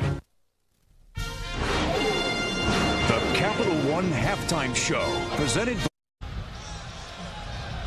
American Airlines Arena. Out in the distance in the Orange Bowl, it's 24-0. Second-ranked Miami leading Syracuse on their way, it appears, to the Big East Championship. Brad Nessler, Bob Greasy back with you. Bob, after last week we said, you know, can Miami play that badly 2 weeks in a row? We got our answer. They're almost perfect here in the first half. I think they're back to playing the way they were playing earlier in the year, and they're playing at home and they feel comfortable here. And I think they want to show America and the rest of the country, college football anyway, that was an aberration last week and we're back playing. And that they can play this well against a quality opponent. And Syracuse they come in with an 8-game winning streak, but they haven't been able to do anything on either side of the ball. Yeah, here's your stats. I mean, this is a little lopsided. 50 yards total offense for Syracuse. Everybody talks about the Miami offense. The Miami defense has been outstanding. That starting field position has been something that has hampered Syracuse as well, but their passing game without the threat to be able to throw, and they have not threatened much on trying to throw. That shuts James Mungro and company down. Frank Gore and Andre Johnson are the guys that'll drop back deep as the wind is picked up and the showers, Bob calls them. It isn't raining, a shower. A shower just blew through. And here's a kick with the wind. Johnson 4 yards deep. He's had a great day so far. Might as well try it. And got up to about the 23-yard line. Our Morgan Stanley well-connected storyline in this one. Obviously, 12 yards passing is not going to get you much, and that shuts down the running game, as I was talking about. 15 first downs for Miami to only 3 for Syracuse. And Dorsey, 131 efficient yards, 3 touchdowns. Look at that. 20 of the 31 plays have been run in Syracuse territory. You get in a short field, you're having some fun then. That's just exactly what Syracuse had been doing offensively. Yep. Coming into this ball game, but not today. Just inside the 24. The Canes start 1st and 10. Portis, who had a nice first half. Clinton goes out to the 28-yard line. We go to Swanee. Oh, Brad and Bob, I've got my on-again, off-again shower coat since it's not really raining. Paul Pasqualoni, when he walked up the field, said, what we're going to have to do is mix in some zones with our defensive coverage. Our defensive backs cannot stay with the Miami receivers man for man. Their speed is just too much for them, so we're going to mix in some zones with that coverage. He also said, on 3rd and short, our offense has to make some things happen. If we don't, we're going to have to open up our offense, and that's not what we normally do. Yeah, you almost wonder if they have to open it up that much if they go to Troy Nunes at quarterback. He's a better thrower. That's a long way down the line, maybe. And again, movement. This time they blow this one dead. We've had a lot of people in the neutral zone today, and Syracuse looks like the guilty party again on this one. Looked like Holtzman is the guy that jumped offside, and that's just one of the things, as Bob talked about earlier, that Dorsey is doing so well in this game. His change of cadence, his hard counts. Orangemen are having trouble. Prior to the snap, false start on the offense, 5-yard penalty, replay, 2nd down. This one's going to go against Miami, however. Yeah, it almost looks as if Dorsey forgot the snap count because he was backing out. Maybe the center forgot it. One of the two, because Dorsey was leaning back and the ball wasn't snapped. One of those two guys has to know the snap count. Now watch Dorsey. He's going to start leaning back and the ball won't be snapped. Whoa! I think you got it there. Yeah. Yeah. 2nd down and 10. Here's the stretch, the handoff to Portis. Got one good block, but an even better play by Josh Thomas, the sophomore defensive end. Stays the ground and makes the tackle. Well, what Syracuse needs to do is come out here and, at least for the 3rd quarter, play as if, you know, they're in this ball game. The MO for this team, the reason they've won 8 games is because their defense and their special teams have created turnovers and good field position for their offense, where their offense didn't have to go the length of the field. Haven't been able to force a turnover here at the Orange Bowl so far today. 3rd down and 10. 3 wideouts for Dorsey. He's got 3 touchdown passes already today. Getting some heat, but he found his safety valve and Sands over the middle. And Ethnic, boy, he's close to a 1st down. I didn't think he was going to get that close. They might have to even look at this one, or is he a yard short? See where they spot it. I don't know. Happened right in front of the Miami bench. It's a little, get some protection. Now he got some good coverage. One of his offensive linemen was right back in his face. He's a yard short of the marker. You see he stepped on the marker after he went out of bounds. So Freddie Capshaw's got a punt. Syracuse has got the win with them, so if they're going to do anything, this is the time to do it. They put the rush on Capshaw, didn't get there. Kick off the side of his foot, goes out of bounds. There are no flags. Yeah. So it's going to be good field position. They brought the heat on Capshaw, only a 27-yard kick. Our Pacific Life game summary. 2 guys that we wanted to watch today, 2 of the best at their respective positions, McKinney and Freeney. And they've been battling every play all day long. There's a hold. There's the hold. Yeah. That wasn't called, but it was a hold. And this one's just a bear hug. Deepest penetration for Syracuse all day. And it's on 1st down, and they do throw to Manley, the tight end. They're about to the 46. That's just a nice play by Lewis. 1st down passing Syracuse. This is unusual, and especially throwing it to the tight end Manley. That's only his 4th catch of the year. Yeah. Little fake to the left, roll back to the right side, and Lewis is not out of position. 2nd down at 6 at the 46. They're at least getting close to midfield. You got to walk before you run, I guess. And they do run it right here across midfield to the 49. Mungro got 5. And he's about a yard short of the first down. We've talked a lot about the Miami offensive line. That line for Syracuse, as I mentioned earlier, is an experienced line, especially the left tackle, P.J. Alexander. Here's a guy that is probably going to play at the next level as a center. But because of the offensive problems lined up at left tackle this year. First down, Syracuse. Haven't said that much today. In fact, that's the first one since there was 2 minutes left in the first quarter. So as Bob said, they have to play well early. Yeah, they got the in wind. The third. Yeah, they just came out for the third quarter. They've got the wind at their back. They've made some adjustments at halftime. But Miami is probably one of the best teams coming out and playing in the third quarter. As you see the wind whipping the flag coming in the open end of the stadium. At the 48-yard line. So finally, they're on the Canes end of the field. Play action, Anderson in trouble. Got away from McDougal, threw on the run and got his man. Maurice Jackson out of bounds. Only a 6-yard pickup, but that's better than it's been going for him with the air game. Well, McDougal does his job. Initially, here's McDougal over here. He's going to come in and look for any bootleg by the quarterback. Now look at this. He's got him. Is he going to get away? Anderson does a nice job. McDougal's probably the quickest defensive lineman. Makes a big play out of a one that should have been -6 or 7. Good combination of good footwork and strength by the quarterback. Jackson in motion. They want to pitch it to him on an end around. Got nothing. Looked great on the blackboard. Didn't do much against Miami's defense. Reed ran him out of bounds. Edward Reed, there's a guy that is the leader really of the whole team. Senior. Captain. And there's some Reeds here, by the way. Notice the 20s? Yeah, that's the Reed section. Now that's a law firm. Reed. Yeah. Let's see if Anderson can read the defense. It's 3rd down and 6. RJ in trouble. Down he goes. William Joseph got him. 3rd sack of the day. 2nd for Joseph. And Anderson's not getting up yet. Finally does slowly. So they got in Miami's end of the field, and that was that. Here he is right here. He's just going to come around the outside.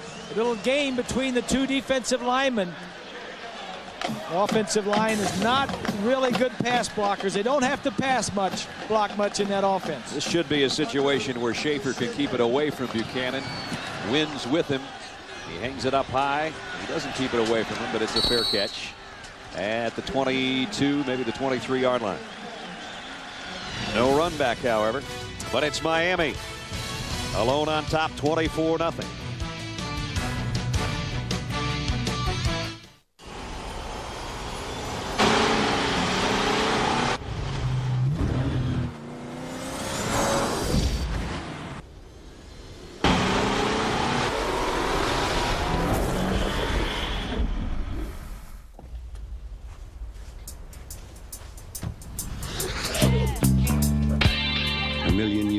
And counting.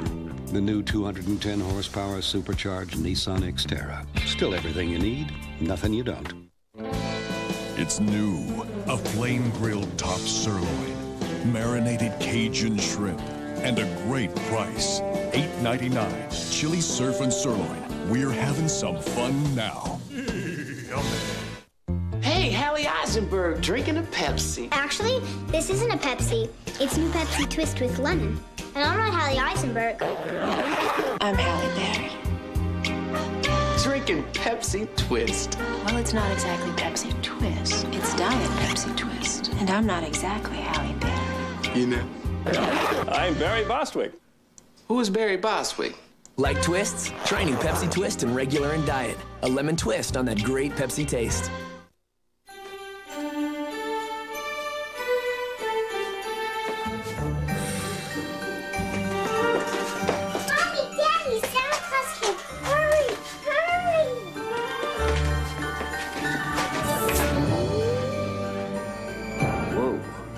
Those must have been some cookies you left Santa. I didn't leave them cookies. I left them cheese. Ah, the power of cheese. It's new, a flame-grilled top sirloin, marinated Cajun shrimp, and a great price, $8.99. Chili surf and sirloin. We're having some fun now. Defending champs Tiger Woods and David Duval team up again for the USA in the World Golf Championships EMC World Cup tomorrow on ABC. We've talked a lot about the offensive line of Miami. There's the guy that coaches them, Art Kehoe, and he's a good one. 21 years at Miami. Player, GA, assistant coach. He's got 4 rings. 4 championship rings. That's not bad. He's hoping for one for the thumb. Nice play fake by Dorsey. Gonna flare it out. Najee Davenport. We call his name for the first time today. We talked with some of the offensive linemen about their head coach, especially Joaquin Gonzalez, who's quite a character in his own right, and asked him about Art Kehoe. I think Coach Kehoe is the 6th offensive lineman. That's what I think he is. He not only is a coach, but he's a great motivator, and he's one of these guys that doesn't want questions. He just wants answers. His biggest saying is, don't tell me about the pain, just show me the baby. And we just endeared ourselves to every mother in the world. Don't show me the pain, just show me the baby. And the baby, Davenport, goes out. Flags fly in late as Najee got a first down. That flag came way after the play was over. Well, he has worked with some really good offensive linemen down through the years, and they've got 3 offensive linemen. Personal foul against the Hurricanes. 3 offensive linemen that are seniors that will be graduating this year. Collectively, there's as good a group as I've ever seen. Yes. From one side to the other. The 2 tackles get all the ink, but number 65 there, Bibla, right in the middle of those guys, seems to draw the most attention from a lot of the scouts that come around. Sherko Razuli, one of the starters, injured. After the play, personal foul against the offensive team. He made a first down. It'll now be first down, 10. So personal foul when it was all over, and it's still going to be first down, but way back now at the 23-yard line. Haji Razuli, you were talking about, yeah. The left guard is injured and out for the year. He'll be back. Talking with Kenny Dorsey, that said, you know, you better enjoy this year because next year you're going to lose 3 of those top offensive linemen. He says, I'm well aware of that. Dorsey maybe changing things up on a 1st and 10. Has plenty of time. Zips it outside. Complete to Sands. They got another first down and back out where the penalty occurred in the first place. Pick up a 14. You can pick your poison when you have this much time to throw. Just single coverage, Sands and Hunter. I mentioned 4 of the 5 wide receivers for Miami were from South Florida. They're also going to be back. Hey, there's Shockey's blocking. The lineman can't say he wasn't taking part there. There you go. They just don't want him hanging around. It gives him a bad name. That's right. You got to be at least 309 to hang out with those guys. This is Portis. Only got about a yard. The average weight of that offensive line across the front is 308 pounds. Gonzalez is just under 300. Bryant McKinney, we were talking earlier about the fact that he has topped out at 345 and now is down at a svelte 333. He is one of the biggest football players I've ever seen. Standing next to him yesterday, you talk about dwarfing somebody, and I'm not the biggest guy in the world, but this guy almost a foot taller than me and 150 pounds heavier. That's a big guy. You barely came to his shoulder. Yeah, I know it. And you're 6'4", aren't you, Yeah, Brad? that's right. That's right. Here comes a blitz. Dorsey got rid of it, and Najee Davenport couldn't find the handle. Had he, we don't know how far to run. Well, I'll show you. That would have been a big play. Talk about the perfect hot read right here. There you go. All these guys are going to blitz. Here's Najee right here. He's just going to slip right through here, and he's going to try and hit him. There comes a blitz. He sees it. Now the ball is right there, and he's got nobody in front of him down the middle of the field. Oh, boy, you can see it there. There was 20 yards of green just out in front. This time, Freeney gets some nice heat from the backside. Doesn't get the sack, but he forced that throw. Still, it should have been caught. 3rd down and 9. They brought 7, 8 guys and still couldn't get a sack on Dorsey. Smart enough to get rid of it and to call timeout. Again, that clock wound down on him, and he had to take the time, so we'll take it with him. 8:51 remaining 3rd quarter. Still 24-0 Canes.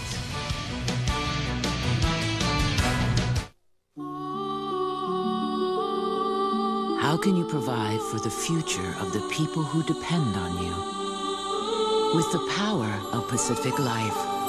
For over 130 years, Pacific Life has improved the lives of millions with investments, annuities, and insurance.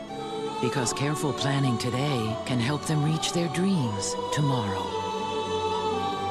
Discover the power of Pacific Life.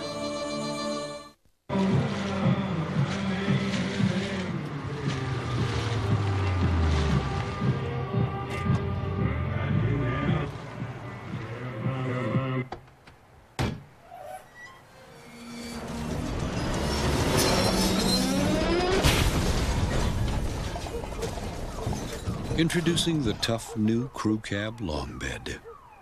It's the next frontier. For his first attempt, a 360 tomahawk. Introducing new Tostitos Scoops. Amazing. And now the alley-oop reverse. With the bite-sized bowl-shaped design. Oh, my. And what everyone's been waiting for, the two-handed thunder. For the perfect dip every time. Oh, the judges have to be impressed. New Tostitos Scoops. The dip lover's chip. Also great with new Queso Supreme dip. There's Bryant McKinney. You can see the size difference between the receiver and him, and a sportscaster and him. There's no comparison. This was yesterday after our little sit down. This is how big this guy is. All right, that'll tell you. I mean, doesn't it? Doesn't this do it? Let me block it. 6'4". Yeah, I know. That makes him that much bigger. He is a monster. Mount McKinney. And a nice man. He's nice, quiet guy. He is. Senior out of Woodbury, New Jersey. 3rd down and 9. After the timeout, Dorsey drops and fires complete. On the run is Andre Johnson again. Johnson got a block down the sideline, all the way down to the 11. What a day number 5 is having. 51 yards. Well, he's got big play written all over him. He's not satisfied just catching the ball. The offensive line does their job. Dorsey gets back and sees I've got time, throws it out in front of him, and now this is where the fun starts. Johnson says, get me the ball downfield and let me do something with it.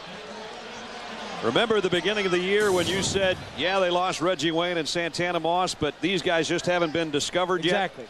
You don't know the names. This is a kid that only caught 3 passes last year. You just saw his numbers for today. They were talking about him last year. They said, we got a kid that you haven't heard about that can really play, and it was Andre Johnson. Portis got about a yard. Quentin Harris on the tackle. It's his 4th catch of the day. 116 yards. 2 touchdowns.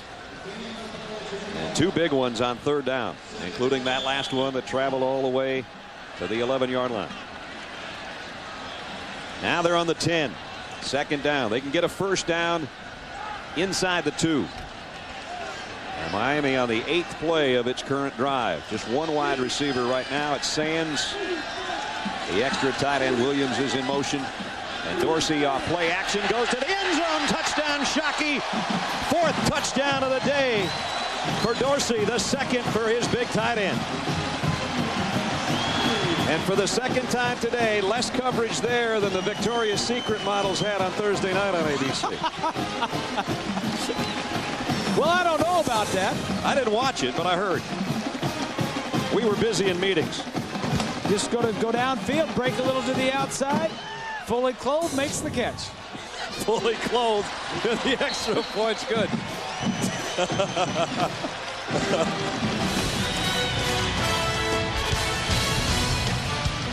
Shockey just goes. This for Shockey down inside the 5-yard line. That's just man against boys.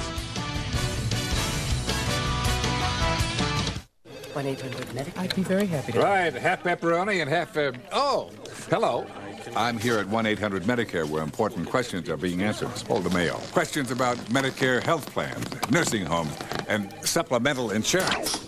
Some even ask, how does switching plans affect my coverage? Although my coverage is none of their business. So call the experts, like Raymond here, 24 days a week, 8 days an hour. 1-800-MEDICARE, helping you help yourself.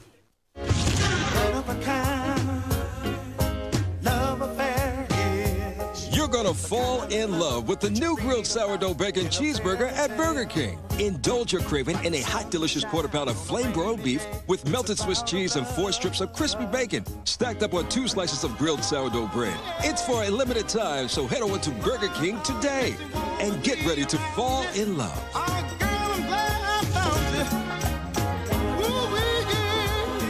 I won a Nintendo GameCube with Luigi's Mansion, Wave Race Blue Storm, and Super Smash Bros. Melee, and Pikmin. This holiday season, let Dr. Pepper play Santa by giving away thousands of incredible new Nintendo GameCubes. Look on specially marked packages for your chance to win instantly.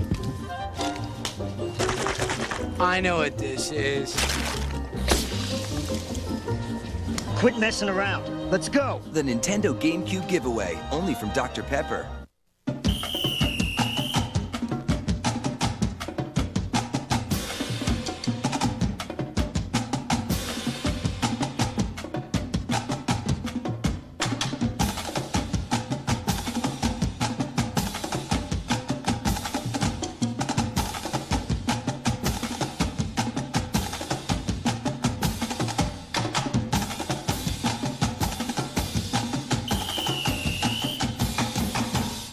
Thanksgiving night, see Mick Jagger as you've never seen him before. Being Mick, Thanksgiving night at 10, 9 Central, only on ABC. Let's go back to the touchdown. Here's the tight end right here, Shockey. Look at that stance compared to these offensive linemen. They'll never be one of those. Here's the route he's going to run. He's just going to get right into the end zone. Top of your screen. That's too easy. That's gravy. Nobody in the center of the field trying to cover him with an outside technique. Nice route. Second touchdown catch of the day, the 9th of his career. We showed that career stat earlier about guys moving up, and there's a tight end moving into some pretty good territory as far as guys that have played here. Severs has got it teed up. Crowd is loving what's going on. 31-0 Miami. Jackson from the 5. Maurice is met unceremoniously by Maurice Sykes. That was a Maurice on a Maurice. And the 36-1. Our Nissan Drive summary, that one did carry 76 yards in just under 3 minutes. Miami scored on 5 of 8 possessions. 76 yards in 8 plays. Good looking drive. And Dorsey with 4 touchdown passes today. We got a long ways to go. Yeah, Syracuse has had the ball 6 possessions. They've punted on 5 of them, and they had a fumble on the other one. Draw play. Finding some room is Mungro, and he's not quitting by any stretch. James Mungro with a 14-yard pickup. Time to check in Times Square Stadium in New York. Here's John Saunders. Right here on the Burger King update, Michigan and Wisconsin. Wisconsin marching.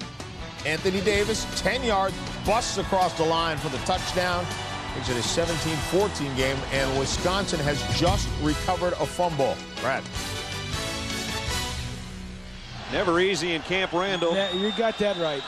Yeah, I'm just thinking that. Wisconsin try to go 5. Anderson down the middle, and he found his tight end. Good throw. Graham Manley's second catch of the day, and he got it to a first down just inside the 45-yard line. Manley is a big guy. He hasn't caught many passes, as we mentioned, but he's a good player. He's a good player. He's also a budding broadcaster. He and Kyle Johnson have a radio show, and Bob, I think right now he's looking to make something happen, so he's got something positive to talk about on that show. Got that right. They call it Captain's Rap on the station at Syracuse. First down at the 45. Here comes a blitz. Anderson in trouble, got away, and now he's going to air it long. Johnny Morant, what a catch! Oh, they're going to say he didn't catch it. Well, Morant's got the best speed of the wide receivers, and he's a leaper, and the ball was there. The official was right on the play. It apparently came loose out of our point of view, because here it looks like he had it. Up there it slipped. Yep, good call. Sure. For sure. Boy, what a great effort. He just couldn't hang on to it. He's just a sophomore, and they have high hopes for this young man. That would have been a big play for him.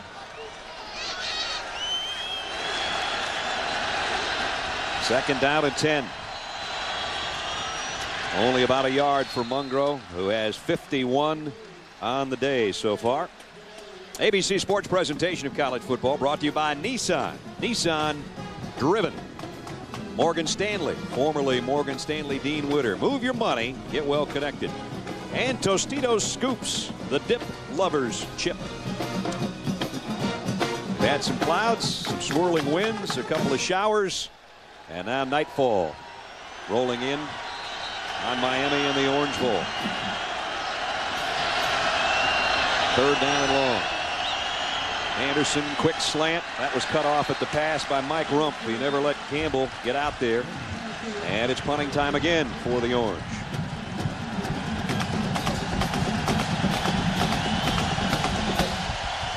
Familiar sight over major sporting events for more than 75 years. Our aerial views courtesy of Goodyear and its fleet of blimps. Pictures from on the wings of Goodyear. Stars and Stripes with us right above about where we are. They could drop a line, we could hop on. There you go. Punting time for Schaefer. Buchanan had a 59-yard return earlier in the ball game. And he's got a lot of guys up. They brought a little bit of heat, but it's another great kick with the wind. Buchanan's going to get out of the way of this one and let it sail to the end zone for a touchback. 54-yard punt. And it'll be Miami now working from its own 20-yard line.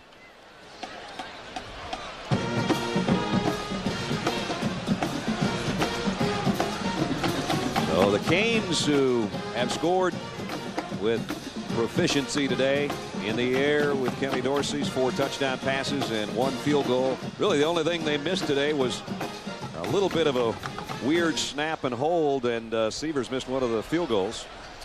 Well, they've had the ball 8 times and scored on 5 possessions, so 4 touchdowns and a field goal. You saw 4 touchdowns today. Only 7 had been given up by Syracuse coming in. Here's Gore, and he weaves his way. Frank Gore, if he gets to the secondary, forget it. Gore in a foot race inside the 30, all the way down the sideline. First and goal, Miami. 77 yards for the freshman. We mentioned he's just a freshman. And he's pushing Clinton Portis. He doesn't get an opportunity to play a lot, but when he does, he makes the most of it.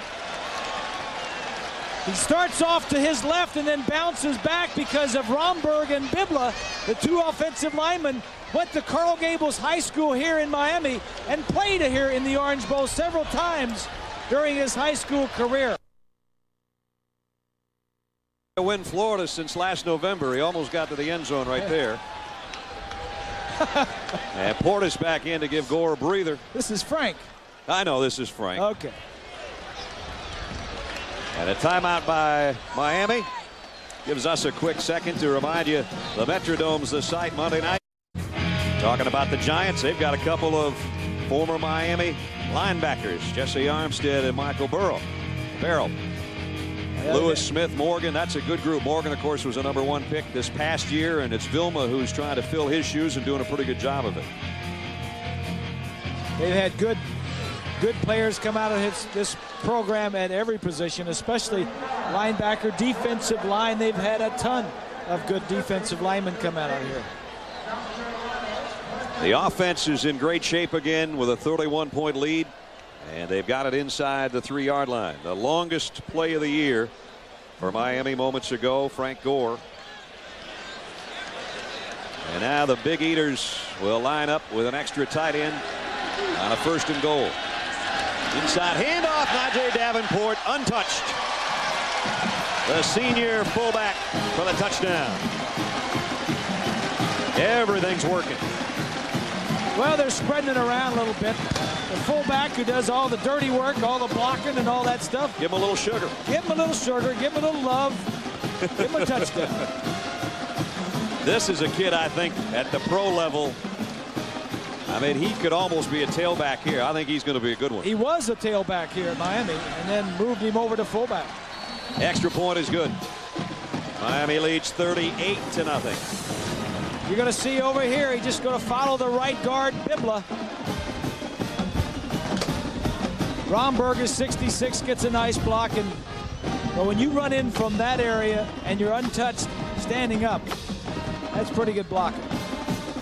Another look. Najee covers it with both hands and trots in. We were kidding around with him yesterday. They were playing the video games. He's undefeated, he says, but here's the kid that got him close. Gore, 77-yard run. This is the 3rd string running back for Miami right here. And that would be behind Portis and Willis McGahee, who's been a little bit banged up. Hey boys, I'll tell you, Frank Gore has come a long way. Frank has a learning disability. Discovered it when he was a young kid in school. He doesn't read as well as the other kids he was growing up with, and they kind of held him back, and he was in special education classes. But when he got to high school, he told his mother, told his coach, said, look, I can do the work. Got into it, worked hard. When he took his tests, his SATs, he was not timed. He was allowed to have someone there with him to read him the questions, and he received the required minimum in his SATs to go on. One other story, talking to the president of the university down in Shalala, when she selected their coach, because of him being the coach, he decided to come to Miami. He was actually on his way to Mississippi. And they are happy that he is here, that's for sure, as Jackson takes on the kick return. Flags fly in on the return. Sean Taylor made the stop. And in what Swanley was talking about with Frank Gore, Rob Chudzinski, the offensive coordinator, Rob said, you know what, you tell Frank Gore something once, he will never forget it. Yeah. He said he is a quick learner. He had a fumble last week late in the game against Boston College, which allowed the Boston College to move down the field in the game. And Rob went to him the next day and says, hey, you're my running back.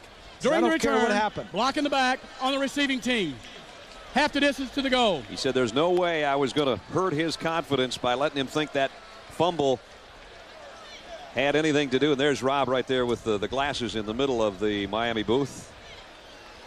Right. There he is. There you go.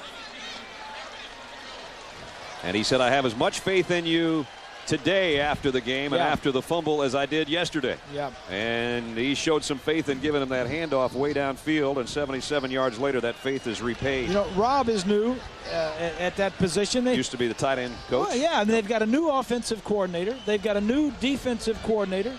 They've got a new head coach, and they're 8-0 and going to 9-0 and sending a message, I think, around the country that, hey, they're here and they are real. And Syracuse finds itself inside their own 20, and in this case inside their own 5 for the 8th time in 11 starting drives. That field position has been killing them today. Anderson just trying to find them any kind of room and can't. Jeremy Shockey getting retaped. He says, you know, I might have to go back in and catch a 3rd touchdown pass. So they're working his ankle a little bit. We were at practice the other day. He really works. I mean, he wants every ball thrown to him. He's running hard, and if he just catches a little slant route to the outside, he'll take it up, turn it up, and run 30-40 yards downfield. And I was impressed with the tight end that would do that. 2nd down, 11 as Anderson lost one. He's going to be in his own end zone whether he's handing off or not, and he does hand off to Kyle Johnson. And Kyle trying to struggle out to about the 4, almost the 5-yard line. Talked about Shockey and the day he's had, the nice pump fake by Dorsey, and Shockey was wide open on that first one. And then comes back and was almost as open the second time. Same move, different sides of the field, same route. And when the tight end can do that, that tells you that he is a route runner. He is patient. He goes down, he takes his time, makes a move to the outside, gets his defensive man going that way, and then goes in the inside when the quarterback is ready to throw you the ball. And penalties. Prior to the snap, illegal substitution on the offensive team. Half the distance to the goal. That half the distance is getting closer and closer to the goal line. Well, regardless of the outcome of this game, Paul Pasqualoni has done one heck of a job after an 0-2 start. Georgia Tech and Tennessee, their first 2 losses, and then ran off 8 straight when nobody expected them to do anything this year. Beat Auburn, Virginia Tech. Virginia Tech on the road, as in a matter Blacksburg. of fact. Yep. Third down, 12. Straight drop. Here comes Green.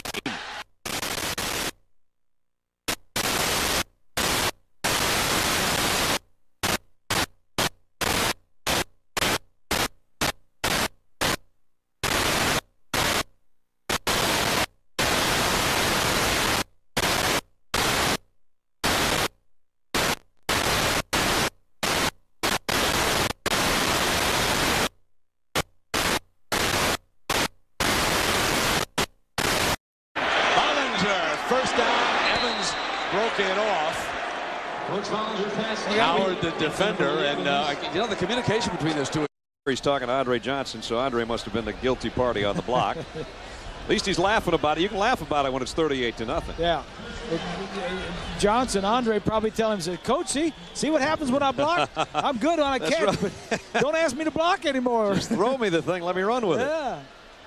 So that backs it out to the 43-yard line. 1st and 20. Final 2 minutes and change of the third quarter. Syracuse again may have jumped. No flag this time. Finally, there is one in the backfield, and now we might have holding on Romberg. I don't know. That flag was thrown in the vicinity anyway. Brad and Bob, as we look at Brian McKinney there, who's been playing extremely well as we brought out this evening. I think half the credit has to go to one of his teammates, Jerome McDougal, number 95 on defense, who's also having a great ball game this evening. Because after practice to get ready for his matchup against Freeney, he went extra time against McDougal because he's one of the fastest guys on the defensive team. What McDougal did was watch film of Freeney, making sure he knew all of his moves so he could give McKinney the best picture possible. That's a lot more than a scout look, isn't it? When you got two guys that good helping each other out.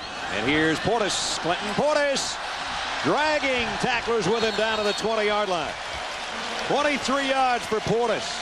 The competition at running back between Clinton Portis and Frank Gore. Making them both better. Yes, for sure. We were talking with the coaches, and it says since Frank Gore has come out of the blue really and pushed Clinton Portis, Portis is playing a lot better.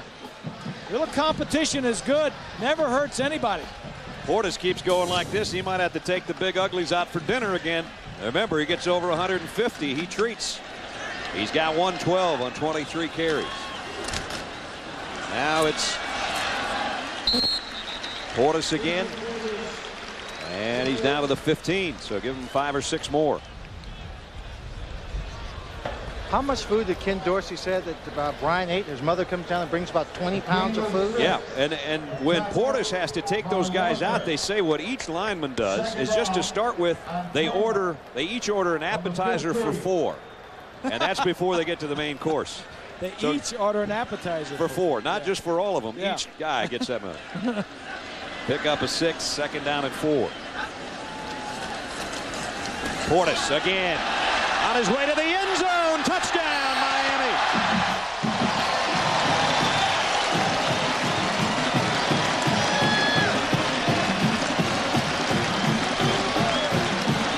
Found a crease on the right side behind good blocking, and then he had Najee Davenport in front of him. The blocking up front on that play was extraordinary. I'll show you in a minute.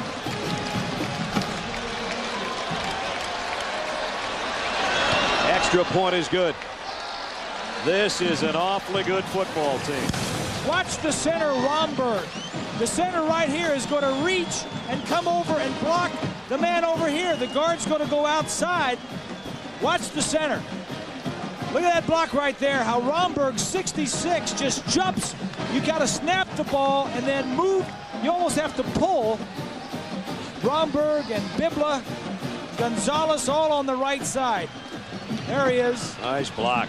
Oh, a bunch of them. You don't see offensive linemen getting that block very often. And then when he's got his fullback in front of him, and it's almost like, Najee, get out of my way. And then Davenport got the last block at the end zone. Wilkins. That's pretty. Wilkins doing a nice job.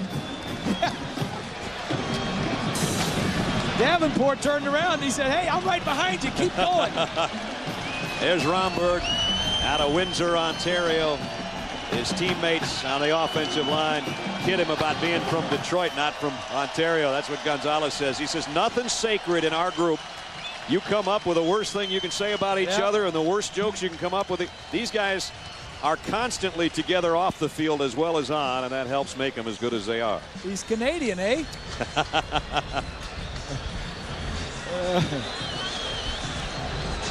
There's Keogh on the right. I tell you what, those guys have some talent, but Art Keogh brings it out in them, and they are the best offensive line in the country because of Art Keogh.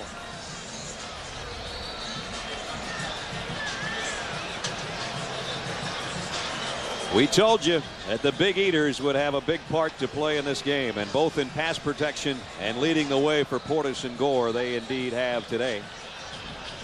Ball comes off the tee for the second time, so they're going to come out, and Buchanan says, I'll hold it for you, Todd. You kick it.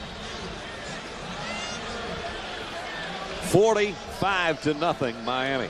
Final minute, third quarter. Boy, is this going to open some eyes for people that thought maybe Miami wasn't that good. From the 6 is Ferry. And Diamond Ferry trying to weave his way around, and then is stood up at the 20 by Sean Taylor, his second hit in a row on special teams.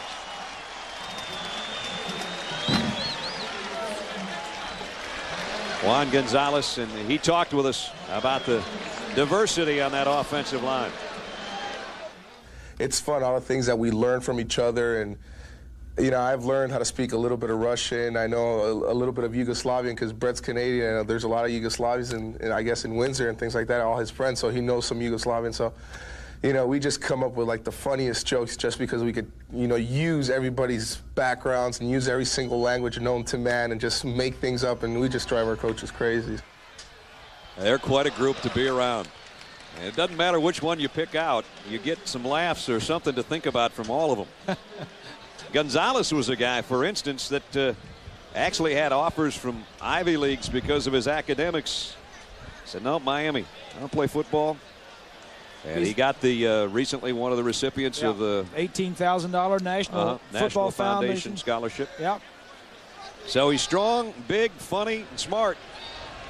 4-year starter here, and one of the leaders. They'll miss him.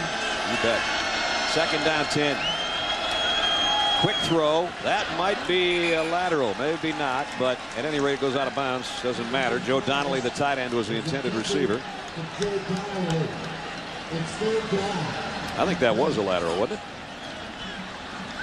I don't know. I couldn't tell, but one of the line judge, when the ball is thrown that way, moves back to check on it. Here's a good look right here.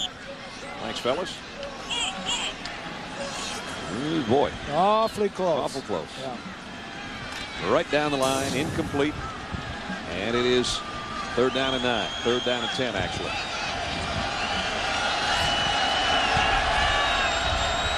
Maurice Jackson in motion. Anderson goes complete. Johnny Morant. And he's going to be close to a first down. Buchanan finally put him down. Let's see where they spot this one.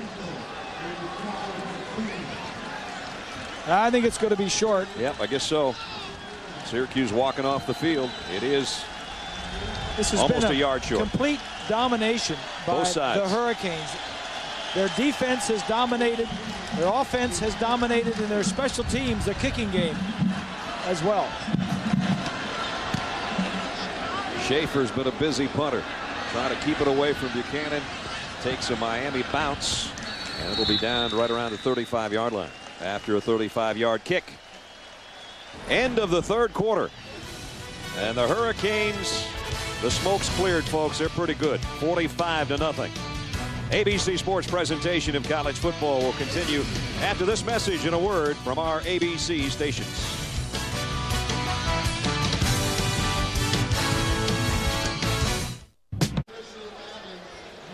Start of the fourth quarter in Miami. And it's all Miami. 45-0 at the Orange Bowl. The Hurricanes lead Syracuse. And look at the shutout that the Miami defense has pitched today. This was a good football team, Syracuse, coming in. They had beaten Virginia Tech on the road, Auburn at home, played Tennessee tough for 3 quarters. Dorsey's thrown 4 touchdown passes. His day is done. They caught him. They caught Miami at a bad time. Yes, they did. And they knew it. Crudup in at quarterback now. He'll give it off to Gore. And Gore's going to work his way to the century mark today. So Miami's going to probably have 2 guys with over 100 yards rushing, a Heisman Trophy candidate with 4 touchdown passes, and a defense that hasn't given up an inch all day long. Yeah. We tell you, it's this team could compete. This team could play for the national championship. We've seen Nebraska, and they are legitimate. I've not seen Florida, but I've seen them on tape. Right. This Miami team beat Florida in the Sugar Bowl of, what, 7-8 months ago. Here's Crudup's first throw coming up. Maybe. Plenty of time to throw. Goes high and almost picked off. Intended for Jason Geathers. And he sailed that one a little bit. Yeah, they beat Florida 37-20 in the Nokia Sugar Bowl back in January in New Orleans. Both teams had a lot of players coming back. Both of them. Dorsey was back. Grossman is back. Both having good years. No interceptions for Dorsey today, so it's 19 touchdown passes. And he's closing in on 2,300 yards. He's already the record holder, by the way, in career touchdown passes. And remember, he's only a junior. And he'll be 23-1 as a starter in about 14 minutes. Penalty markers. This one, I think, is going against Miami. If Miami, prior to the snap, false start on the offensive team, replay third down. If Miami does make it to the national championship game this year, as opposed to last year, it would be a little bit longer ride. Mm-hmm. Last year it would have been just up I-95 to Pro Player Stadium. Now it'll be out at the Rose Bowl, where for the first time, in 55 years, the Big Ten or the Pac-10 won't be playing in the Rose Bowl game. And I think that's good. I think when you see Miami and Oklahoma or Nebraska or Florida, I think it's great for college football. Speaking of... And Bob and Brad, when they win and if they fly out to California for the Rose Bowl, the seniors will be doing it in first class. And I mean that literally. They'll be riding in first class. You see, normally on the trip at the University of Miami, the trustees and other people ride in first class. But the university president, Dr. Shalala, said, you know what, we're going to put the seniors up here because this is about the players, not about the board of trustees. So the seniors will rotate, taking turns on the flights, riding in first class, all the comfort and style. But they probably won't get a meal either. That's right. It won't quite be. It'll be long enough probably for a meal out there. Juan Gonzalez says, I wish they'd have started that whole thing a long time ago. I'm a senior. They're looking for their 5th national championship.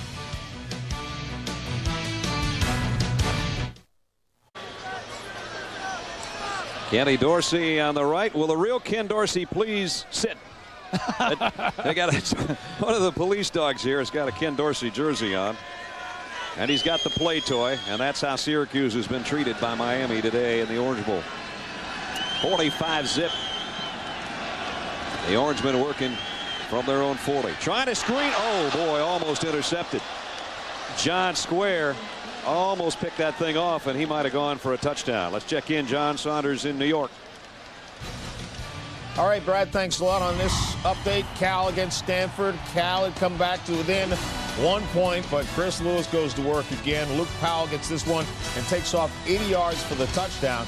Cal looking for their first win of the season. Stanford not cooperating at this point with an 8-point lead, about 6 to go in the third quarter.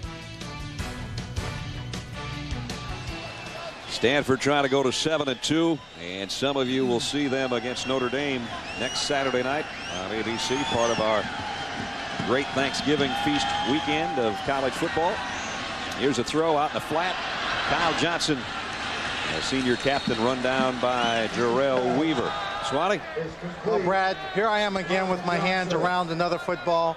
This time it's a trophy, the National Championship Trophy. Don't drop that sucker. National Championship Trophy.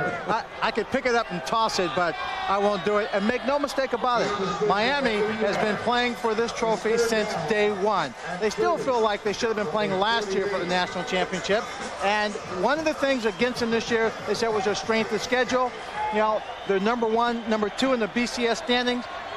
A lot of the games they played this year, they didn't have their starters in the fourth quarter like today. But today, they're dominating this football team, so they're going to move up in the standings. And it'll only get better because if Washington wins the Apple Cup, and that game's still going on, they're going to come in here 8-2 next Saturday night. And Virginia Tech is playing, I think, right now against Virginia. If they win that game, then they're going to lay in wait in Blacksburg. And, you know, that's a night game or afternoon game on December 1st where it might be snowing. Who knows? So the work's not done, but the BCS part of it's going to increase by the competition this week, next week, and then December. That's for sure.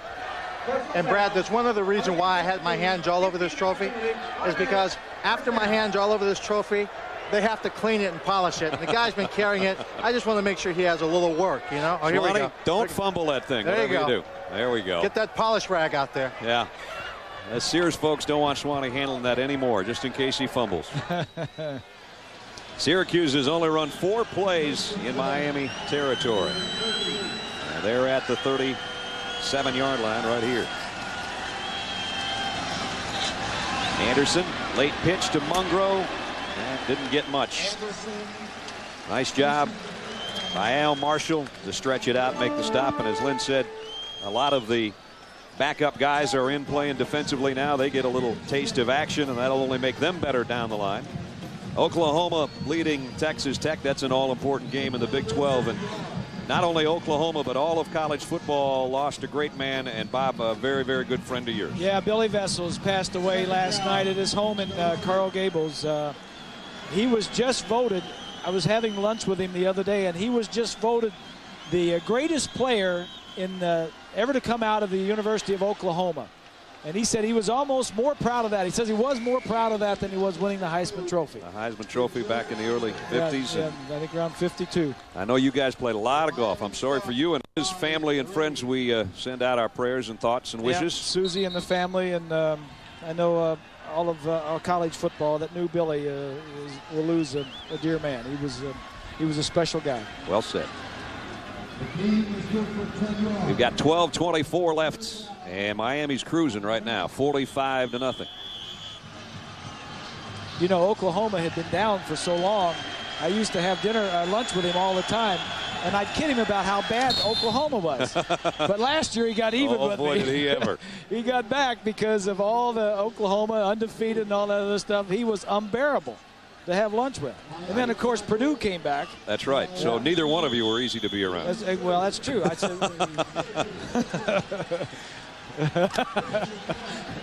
Down to the 27-yard line for Syracuse. That's the deepest they've been in Miami territory. It comes at the 12-minute mark remaining. And just when they get to the 27, they go back to the 28. Joseph makes the stop on Mungro.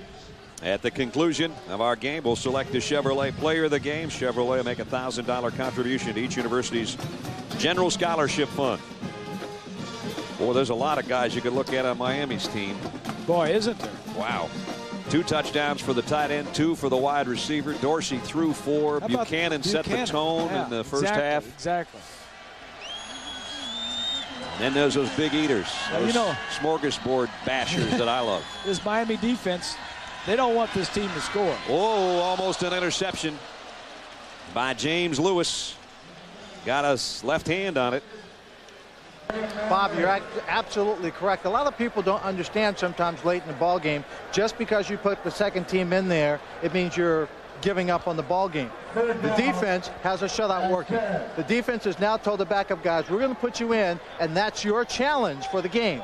Preserve the shutout. Swanee, I don't know if you could see it or not, but James Lewis just did some push-ups after dropping that would-be interception. And Randy Shannon, the defensive coordinator, was telling us yesterday, said we set the tone in camp. When they started making mistakes and got a little lackadaisical, we made them do push-ups.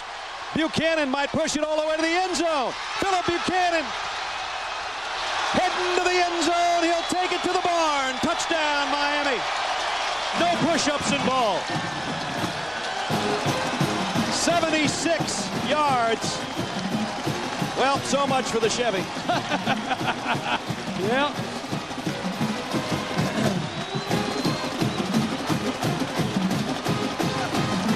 Get that cannon loaded. They're running out of ammo. That's his 4th interception. There we go. Second time he's returned one for a touchdown. He had a 67-yarder against Pittsburgh. He just took that one 76 yards. 52-0. Miami. Miami's got, that's the 6th interception, the 6th takeaway for a touchdown this year.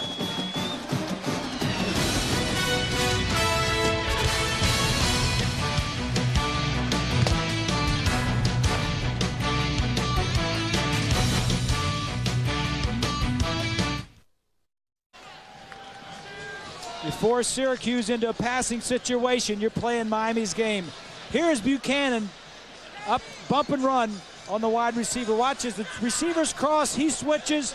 Now he's got the footwork to be in position for the throw. The receiver, Jackson, lost his footing. Buchanan got where the ball was coming. They work against this all the time in practice. They work against Dorsey and the receivers, how good the Miami receivers are. This is just as good these defensive backs are. They have great practices. They ate that one up. And Buchanan's a 4.3 40 guy. Nobody was going to get him. That's the 22nd non-offensive touchdown for Miami in 21 games. That's pretty impressive. Here's the kick, and it goes out of bounds. Let's check in with Swanee. Well, Brad, now they're Buchanan. I fired the cannon. Oh, there you go. You know, the guy standing behind it from Sigma Chi, it's senior privilege. They've been doing that ever since 1937, firing that cannon off. I like that. The cannon for Buchanan. Yeah, I like the Sigma Chi's too, huh? Is that your old group? That's my group. Yep. Quite a player. He set the tone in the first half with a fumble recovery, a sack, and a 59-yard punt return that set up the Miami offense. He is the only one of the starting 4 defensive backs that is back next year. Here's a draw play. Diamond Ferry. And he's got a first down run out to the 48-yard line. We talked about Philip Buchanan. He covered that pitch, fumble, then sacked Anderson, and then took it, weaved his way, and went 59 yards, and then he just went 76 the other way with an interception. That's a pretty good day. Junior out of Fort Myers. It gets back to defense and Randy Shannon playing aggressive defensively. And what he told us the other day, he says, you've got to have corners and you've got to have defensive ends. And Buchanan and Rump and Fitzgerald and Marshall are 4 corners that can cover anybody. And they've got defensive ends that can rush the passer. That helps them bring the safeties up in run support, Lewis and Reed when they need to. They've just got playmakers on that defense. Reed, who has the it's tied for the record in interceptions at the University of Miami. We haven't even had to call his name today. Nobody's gotten back that far. No, they haven't. Second down 5, just under 10 minutes left in the ball game. Option and a pitch. Nice job of breaking off the tackle by Ferry. And out of bounds in front of the Miami bench with another first down at the 40. Diamond Ferry, a sophomore. There's a look at Ed Reed. Yep. They didn't need him this day. Benny Blades and Reed are tied for the career interception lead. He's got 7 interceptions. on this particular season, and he is the inspirational leader, they say, in the locker room. Remember when he got hurt in the Florida State game we did, and he took his pads off, and we said, well, his day's done. Yeah. He went in the locker room, excruciating pain. They retaped his shoulders. At halftime, he gave a fire and brimstone speech about spilling his guts to his teammates, and they came out in the second half, and they were breathing fire. Yes, they were. So he is a guy that does a lot of different things for this club. Let's check in. Times Square Stadium in New York, an update with John Saunders. John? Well, Brad, as you know, next week, Miami has to face Washington. And Washington over Washington State today. Cody Pickett 7 yards to Jeremy Stevens. And right now the Huskies up 26-7 and dead in the sights of the Hurricanes. And they'll come into the eye of the Hurricane to a 9-0 club next week. I'll tell you, Rick Neuheisel is a good football coach, and he has turned that program around. They'll have them ready. But they have to make the longest flight in the world from Seattle to Miami to play football. Don't they ever? Oh, man. Well, Miami had to go out there last year at the beginning of the season. It was the only game Miami lost. It was a tough situation. I remember Ken Dorsey the week before had done an outstanding job checking off and all that other stuff. Here in the Orange Bowl, he played very well. Then he ran into Husky Stadium, kind of noisy. And the noise, and we knew he wasn't going to do any checking off out there. And he had a bad game out there, and Miami got beat. That was 34-29. And the Huskies also the team that ended the record winning streak of 58 games. You saw Swanee standing in front of that sign a few minutes ago, the 58-game winning streak at home that came to an end 7 years ago at the hands of Washington. Down the middle, almost intercepted again. Push-ups. That would have been Al Marshall. Let's go with the push-ups. There he goes. Good call, Coach. There you go. Yep. Oh, boy. And Shannon told us yesterday he doesn't have to even remind these guys. The players have picked up on it so much that they get on each other. Yeah, but I didn't notice any of those players doing any push-ups in the first half of the ball game. I didn't see him dropping any balls, though, did you? Right. Well, they didn't drop any balls, but I don't think the coach would want his starters doing push-ups in the middle of a tight ball game. Referee just came up and said something to Marshall. You would hate to see that be an excessive celebration situation when the guys are doing what the coaches teach them. And high lazy kick. They're going to let it go. And again, it takes a Miami bounce, which all the bounces are pretty much gone the Hurricanes' way today. And you look at the scoreboard, and it is all Hurricanes. 52-0. Impala. My dad had one of these. Really? Wow. I just have some very nice memories from that car. Did his have the smoke lenses in the front? Rear deck spoiler, 200 horsepower, V6 engine, 16-inch aluminum wheel. Well, I just love that they brought the Impala back. Whenever you call me, I'll be there. Chevy Impala LS. The feeling never fades. You're gonna love it. This is my car. Impala. We'll be there.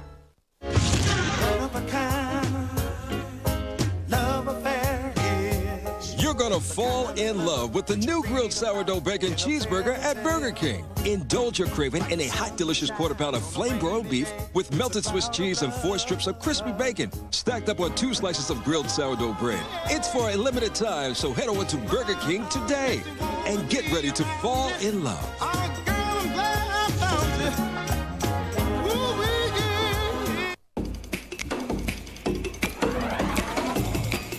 A lightweight step stool that still holds up to 300 pounds. Get the Easy Step from Rubbermaid. Your search for the right financial partner brings you to the Pacific Life family of companies, managing more than $300 billion in assets. Discover the power of Pacific Life. ABC Sunday, Daddy's got some explaining to do. I think we have them all. She's searching for the truth in a web of lies. I'm gonna make you pay. A new Alias, ABC Sunday, 9/8 Central. You have to go back now. Soon to be 19 games, September 9th, 2000. Marcus Tuiasosopo in Washington on their home turf at Husky Stadium. Rattled Kenny Dorsey a little bit, though his numbers weren't that bad. It was Washington in the end that persevered and won it 34-29. That's the last time Miami has lost, but they have won now 24 of the last 25 and 19 straight since that setback to Washington. Hey, and don't think for a second that these players don't know everything we know and more. That's right. I mean, they are on that in a minute. They were looking forward to playing them earlier in the year, and they know what Washington is to them. They know the records they broke. They know the loss. They'll be ready for them like they were ready for it. And because Washington's a good team. Because this is a veteran group, they're very open with us when talking about what did you guys set your goal on. A lot of people thought they should have been in the national championship game last year instead of Florida State. And there was a lot of grumbling about that, not from these guys, but from the fans, obviously. And Kenny Dorsey and all his linemen, everybody we talked to said at that point, the end of last year, we said national championship, Rose Bowl.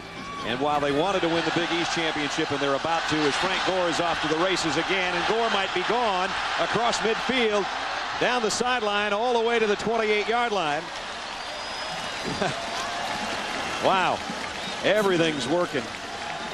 But they said to a man, we're focused on going to Pasadena, and plays like this and players like this are going to help them get there. Well, they missed it last year, and they don't blame the pollsters. They say it was our fault. We lost the game. But we're going to come back this year and make sure we don't lose a game so there's no doubt. This kid is really special. 61 yards that time for Gore. If he doesn't watch out, he'll have to take the lineman out to eat instead of Portis. They're both over 130 on the day. Total domination by this Miami club. Crudup back to pass, short over the middle. And inside the 20 to the 18 is Williams, the tight end. Looking in on the Orange Bowl. Our overhead shots courtesy of the Goodyear Blimp Stars and Stripes. How pretty is that, huh? That's great. At the controls, Captain Dick Esch from Pompano Beach. Cap, good to have you along with us. See you next week, I hope. You know, you look for a weakness in this team, this Miami team. And the only thing I can find is the guy getting under center right now. Not Crudup himself, but the fact that they have no experienced backup quarterback should something happen to Dorsey. Here's Gore. So far, only two guys have been able to touch Dorsey all year, so that helps.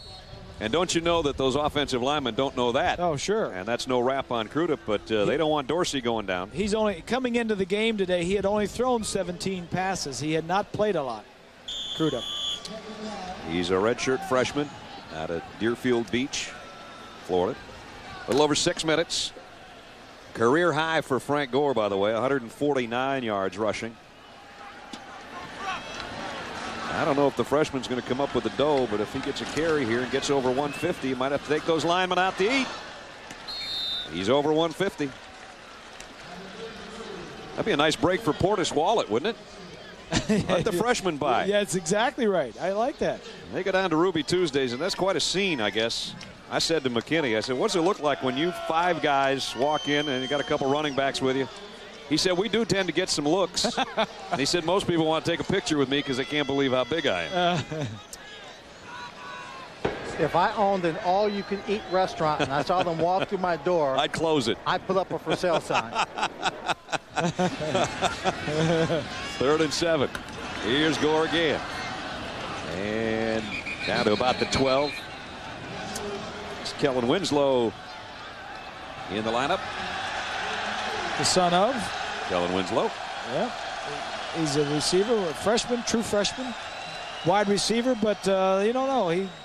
He'll probably be a mix of tight end, wide receiver. He's just a freshman. He's you see his size there. He's certainly 6'5". He can grow into it. Yes, sir. I'll tell you, a couple years in the weight room, he'll be a fast, agile, swift tight end. Like his daddy. For another one like it. Yeah, there'll be room for a tight end eventually. There he is. He's not sure where to line up. He's going to trot out here to the near side. On 4th down and 5. Nice play fake by Crudup. Runs right into the Syracuse defense and trying to run out of it, and he does. Still on his feet. Touchdown! What a run by Crudup.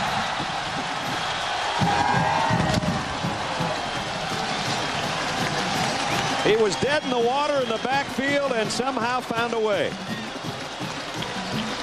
And I don't know how. That was a heck of a run. It was a great run. He was almost tackled 4 or 5 times. And the first guy to greet him is the starting quarterback.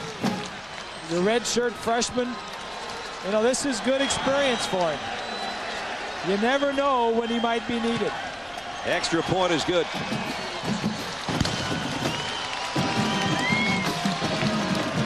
What a run. Watch this one.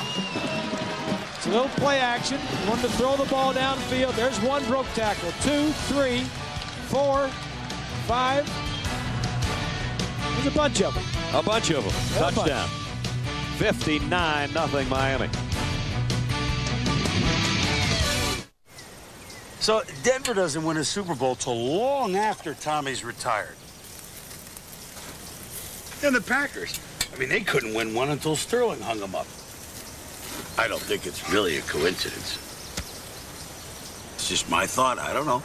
I mean, you won Super Bowl. It's not that hard. Hey, Boomer. Sterling. Burger's ready. Great. I've been looking forward to this. There you go. NFL Countdown, Sundays, 11 a.m. Eastern on ESPN. Whenever you call me, I'll be there. Whenever you want me, I'll be there. Whenever you need me, I'll be around. Chevy, the cars you can depend on, the cars that last. You never have to look too far. Chevy, we'll be there. Always with you. We're about providing financial solutions for people at growing companies. That's what we do at the Principal Financial Group. These are uncertain times. Everyone's very emotional right now. We understand the best companies are those that care about keeping their best employees. And as the nation's 401k leader, we have more plans than anyone. We can help secure the financial future of your employees, which will keep you working together a long, long time. The Principal Financial Group. Call us if we can help. I think the heavyweight battle went to the guy on the left. Freeney had 31 sacks in his last 18 games and didn't get close today. Not with Mount McKinney. Couldn't get around couldn't climb Mount McKinney. He was held a couple times. It wasn't called. And I'm sure McKinney over there on the left would be laughing and agreeing to that. Big Mac is smiling because he had a whale of a game. And I'll bet you at the end of the ball game, both those men will come over and meet each other at midfield and pay their respects to one another. They've been banging heads all day long. In a couple of weeks, you might see those two guys' names as the top offensive and top defensive linemen in college football. You might see a Lombardi and an Outland on each of their shelves. Yeah. Don't forget, Friday, our Thanksgiving feast presented by Siemens. Showdown between Texas and Texas A&M at noon Eastern. Trip to the Big 12 championship will be on the line when Nebraska battles number 14 Colorado. That's at 3:30 Eastern. By the way, that last touchdown drive by Miami, we talked about how quickly they score, but we also talk about field position being in their favor in some games. Today it hasn't mattered. 5 touchdown drives of 75 yards or more. Wow. Yeah, that's pretty strong. Noon's in at quarterback in the final 4 minutes. I'm a little surprised that it took so long for Troy Nunes to be in the ballgame. Yep. He started the first 2 games of the year and has 17 starts for Syracuse, and he is a little bit better thrower. He's had some problems turning the ball over in the past, and with Anderson, that has not been the case. But when you get behind and you got to throw to catch up, Nunes is a little bit better passer. And he had a great game against East Carolina throwing the football this year. Here's Baker, Barry Baker on a nice run. Out close to the 35-yard line. ABC Sports presentation of college football brought to you by Chevy. The cars you can depend on, the cars that last will be there. Burger King, home of the Whopper. Prudential Financial, a rock-solid leader in financial services. Prudential Financial to help you grow and protect your wealth. And Bud Light for the great taste that won't fill you up and never let you down. Make it a Bud Light. The lights of the Orange Bowl shining in on the hometown Hurricanes in a 59-0 shellacking right now of Syracuse. And Syracuse winning streak will come to an end in 3 minutes. It will stop at 8 straight. That was the 4th longest in the country. They'll drop to 8-3, 5-1 in conference play. And Miami will remain perfect at 9-0 and 6-0 and become the Big East champions. And then 2 more hurdles. The Washington Huskies next Saturday night. And then the Hokies of Virginia Tech in Blacksburg on December 1st. And Bob and Swanee and yours truly and all our gang will be in both places to see how Miami does in their quest for an undefeated regular season and a trip out west. There's what's coming up. Our schedule. Penn State has had an off year. Everybody said it was a weak schedule. Penn State, when you play Penn State, Florida State, and Washington outside your conference, that's 3 pretty good non-conference games that you schedule. Next year they got Tennessee and Florida. At Tennessee and at Florida. So they're playing a pretty good schedule. 3rd down, Nunes throws complete. And on the run into Miami territory is Mo Jackson. Maurice picks up 14. Reminder, time permitting, stay tuned for the Thrifty Car Rental postgame report. John and Terry will have all the scores and highlights from around the country. Some of those other important games. The Apple Cup had Washington in front the last time we saw it. Stanford was leading Cal in the game, and a lot of other ones. Michigan, Wisconsin. All the games from earlier today. And a look ahead to tonight. Some good games tonight. ESPN's got a couple of good games, including Maryland and NC State, for Maryland to try to win the ACC title outright and get a BCS position. And BYU, I think, is playing on ESPN2, and they're undefeated. One of 3 undefeateds along with this Miami group. Down to 1:15.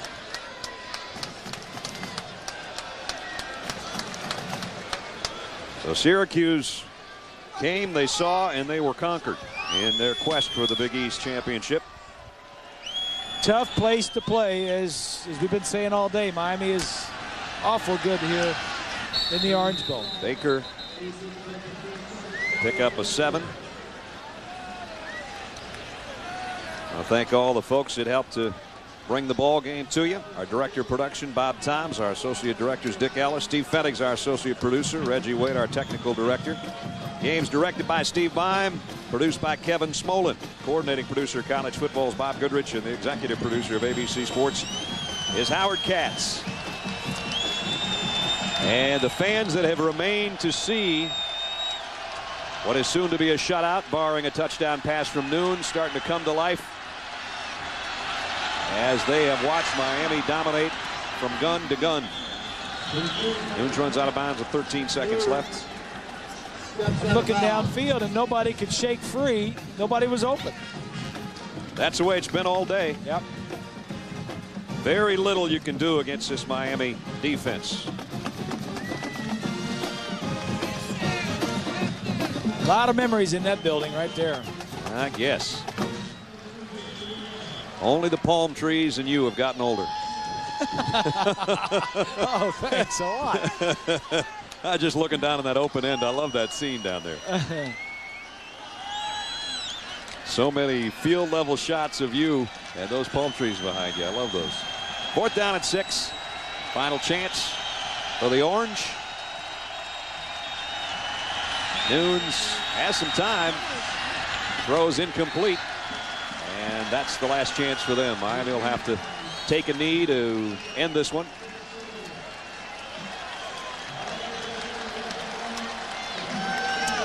Paul Pasqualoni, don't take anything away from what he's done this year. He's done a great job.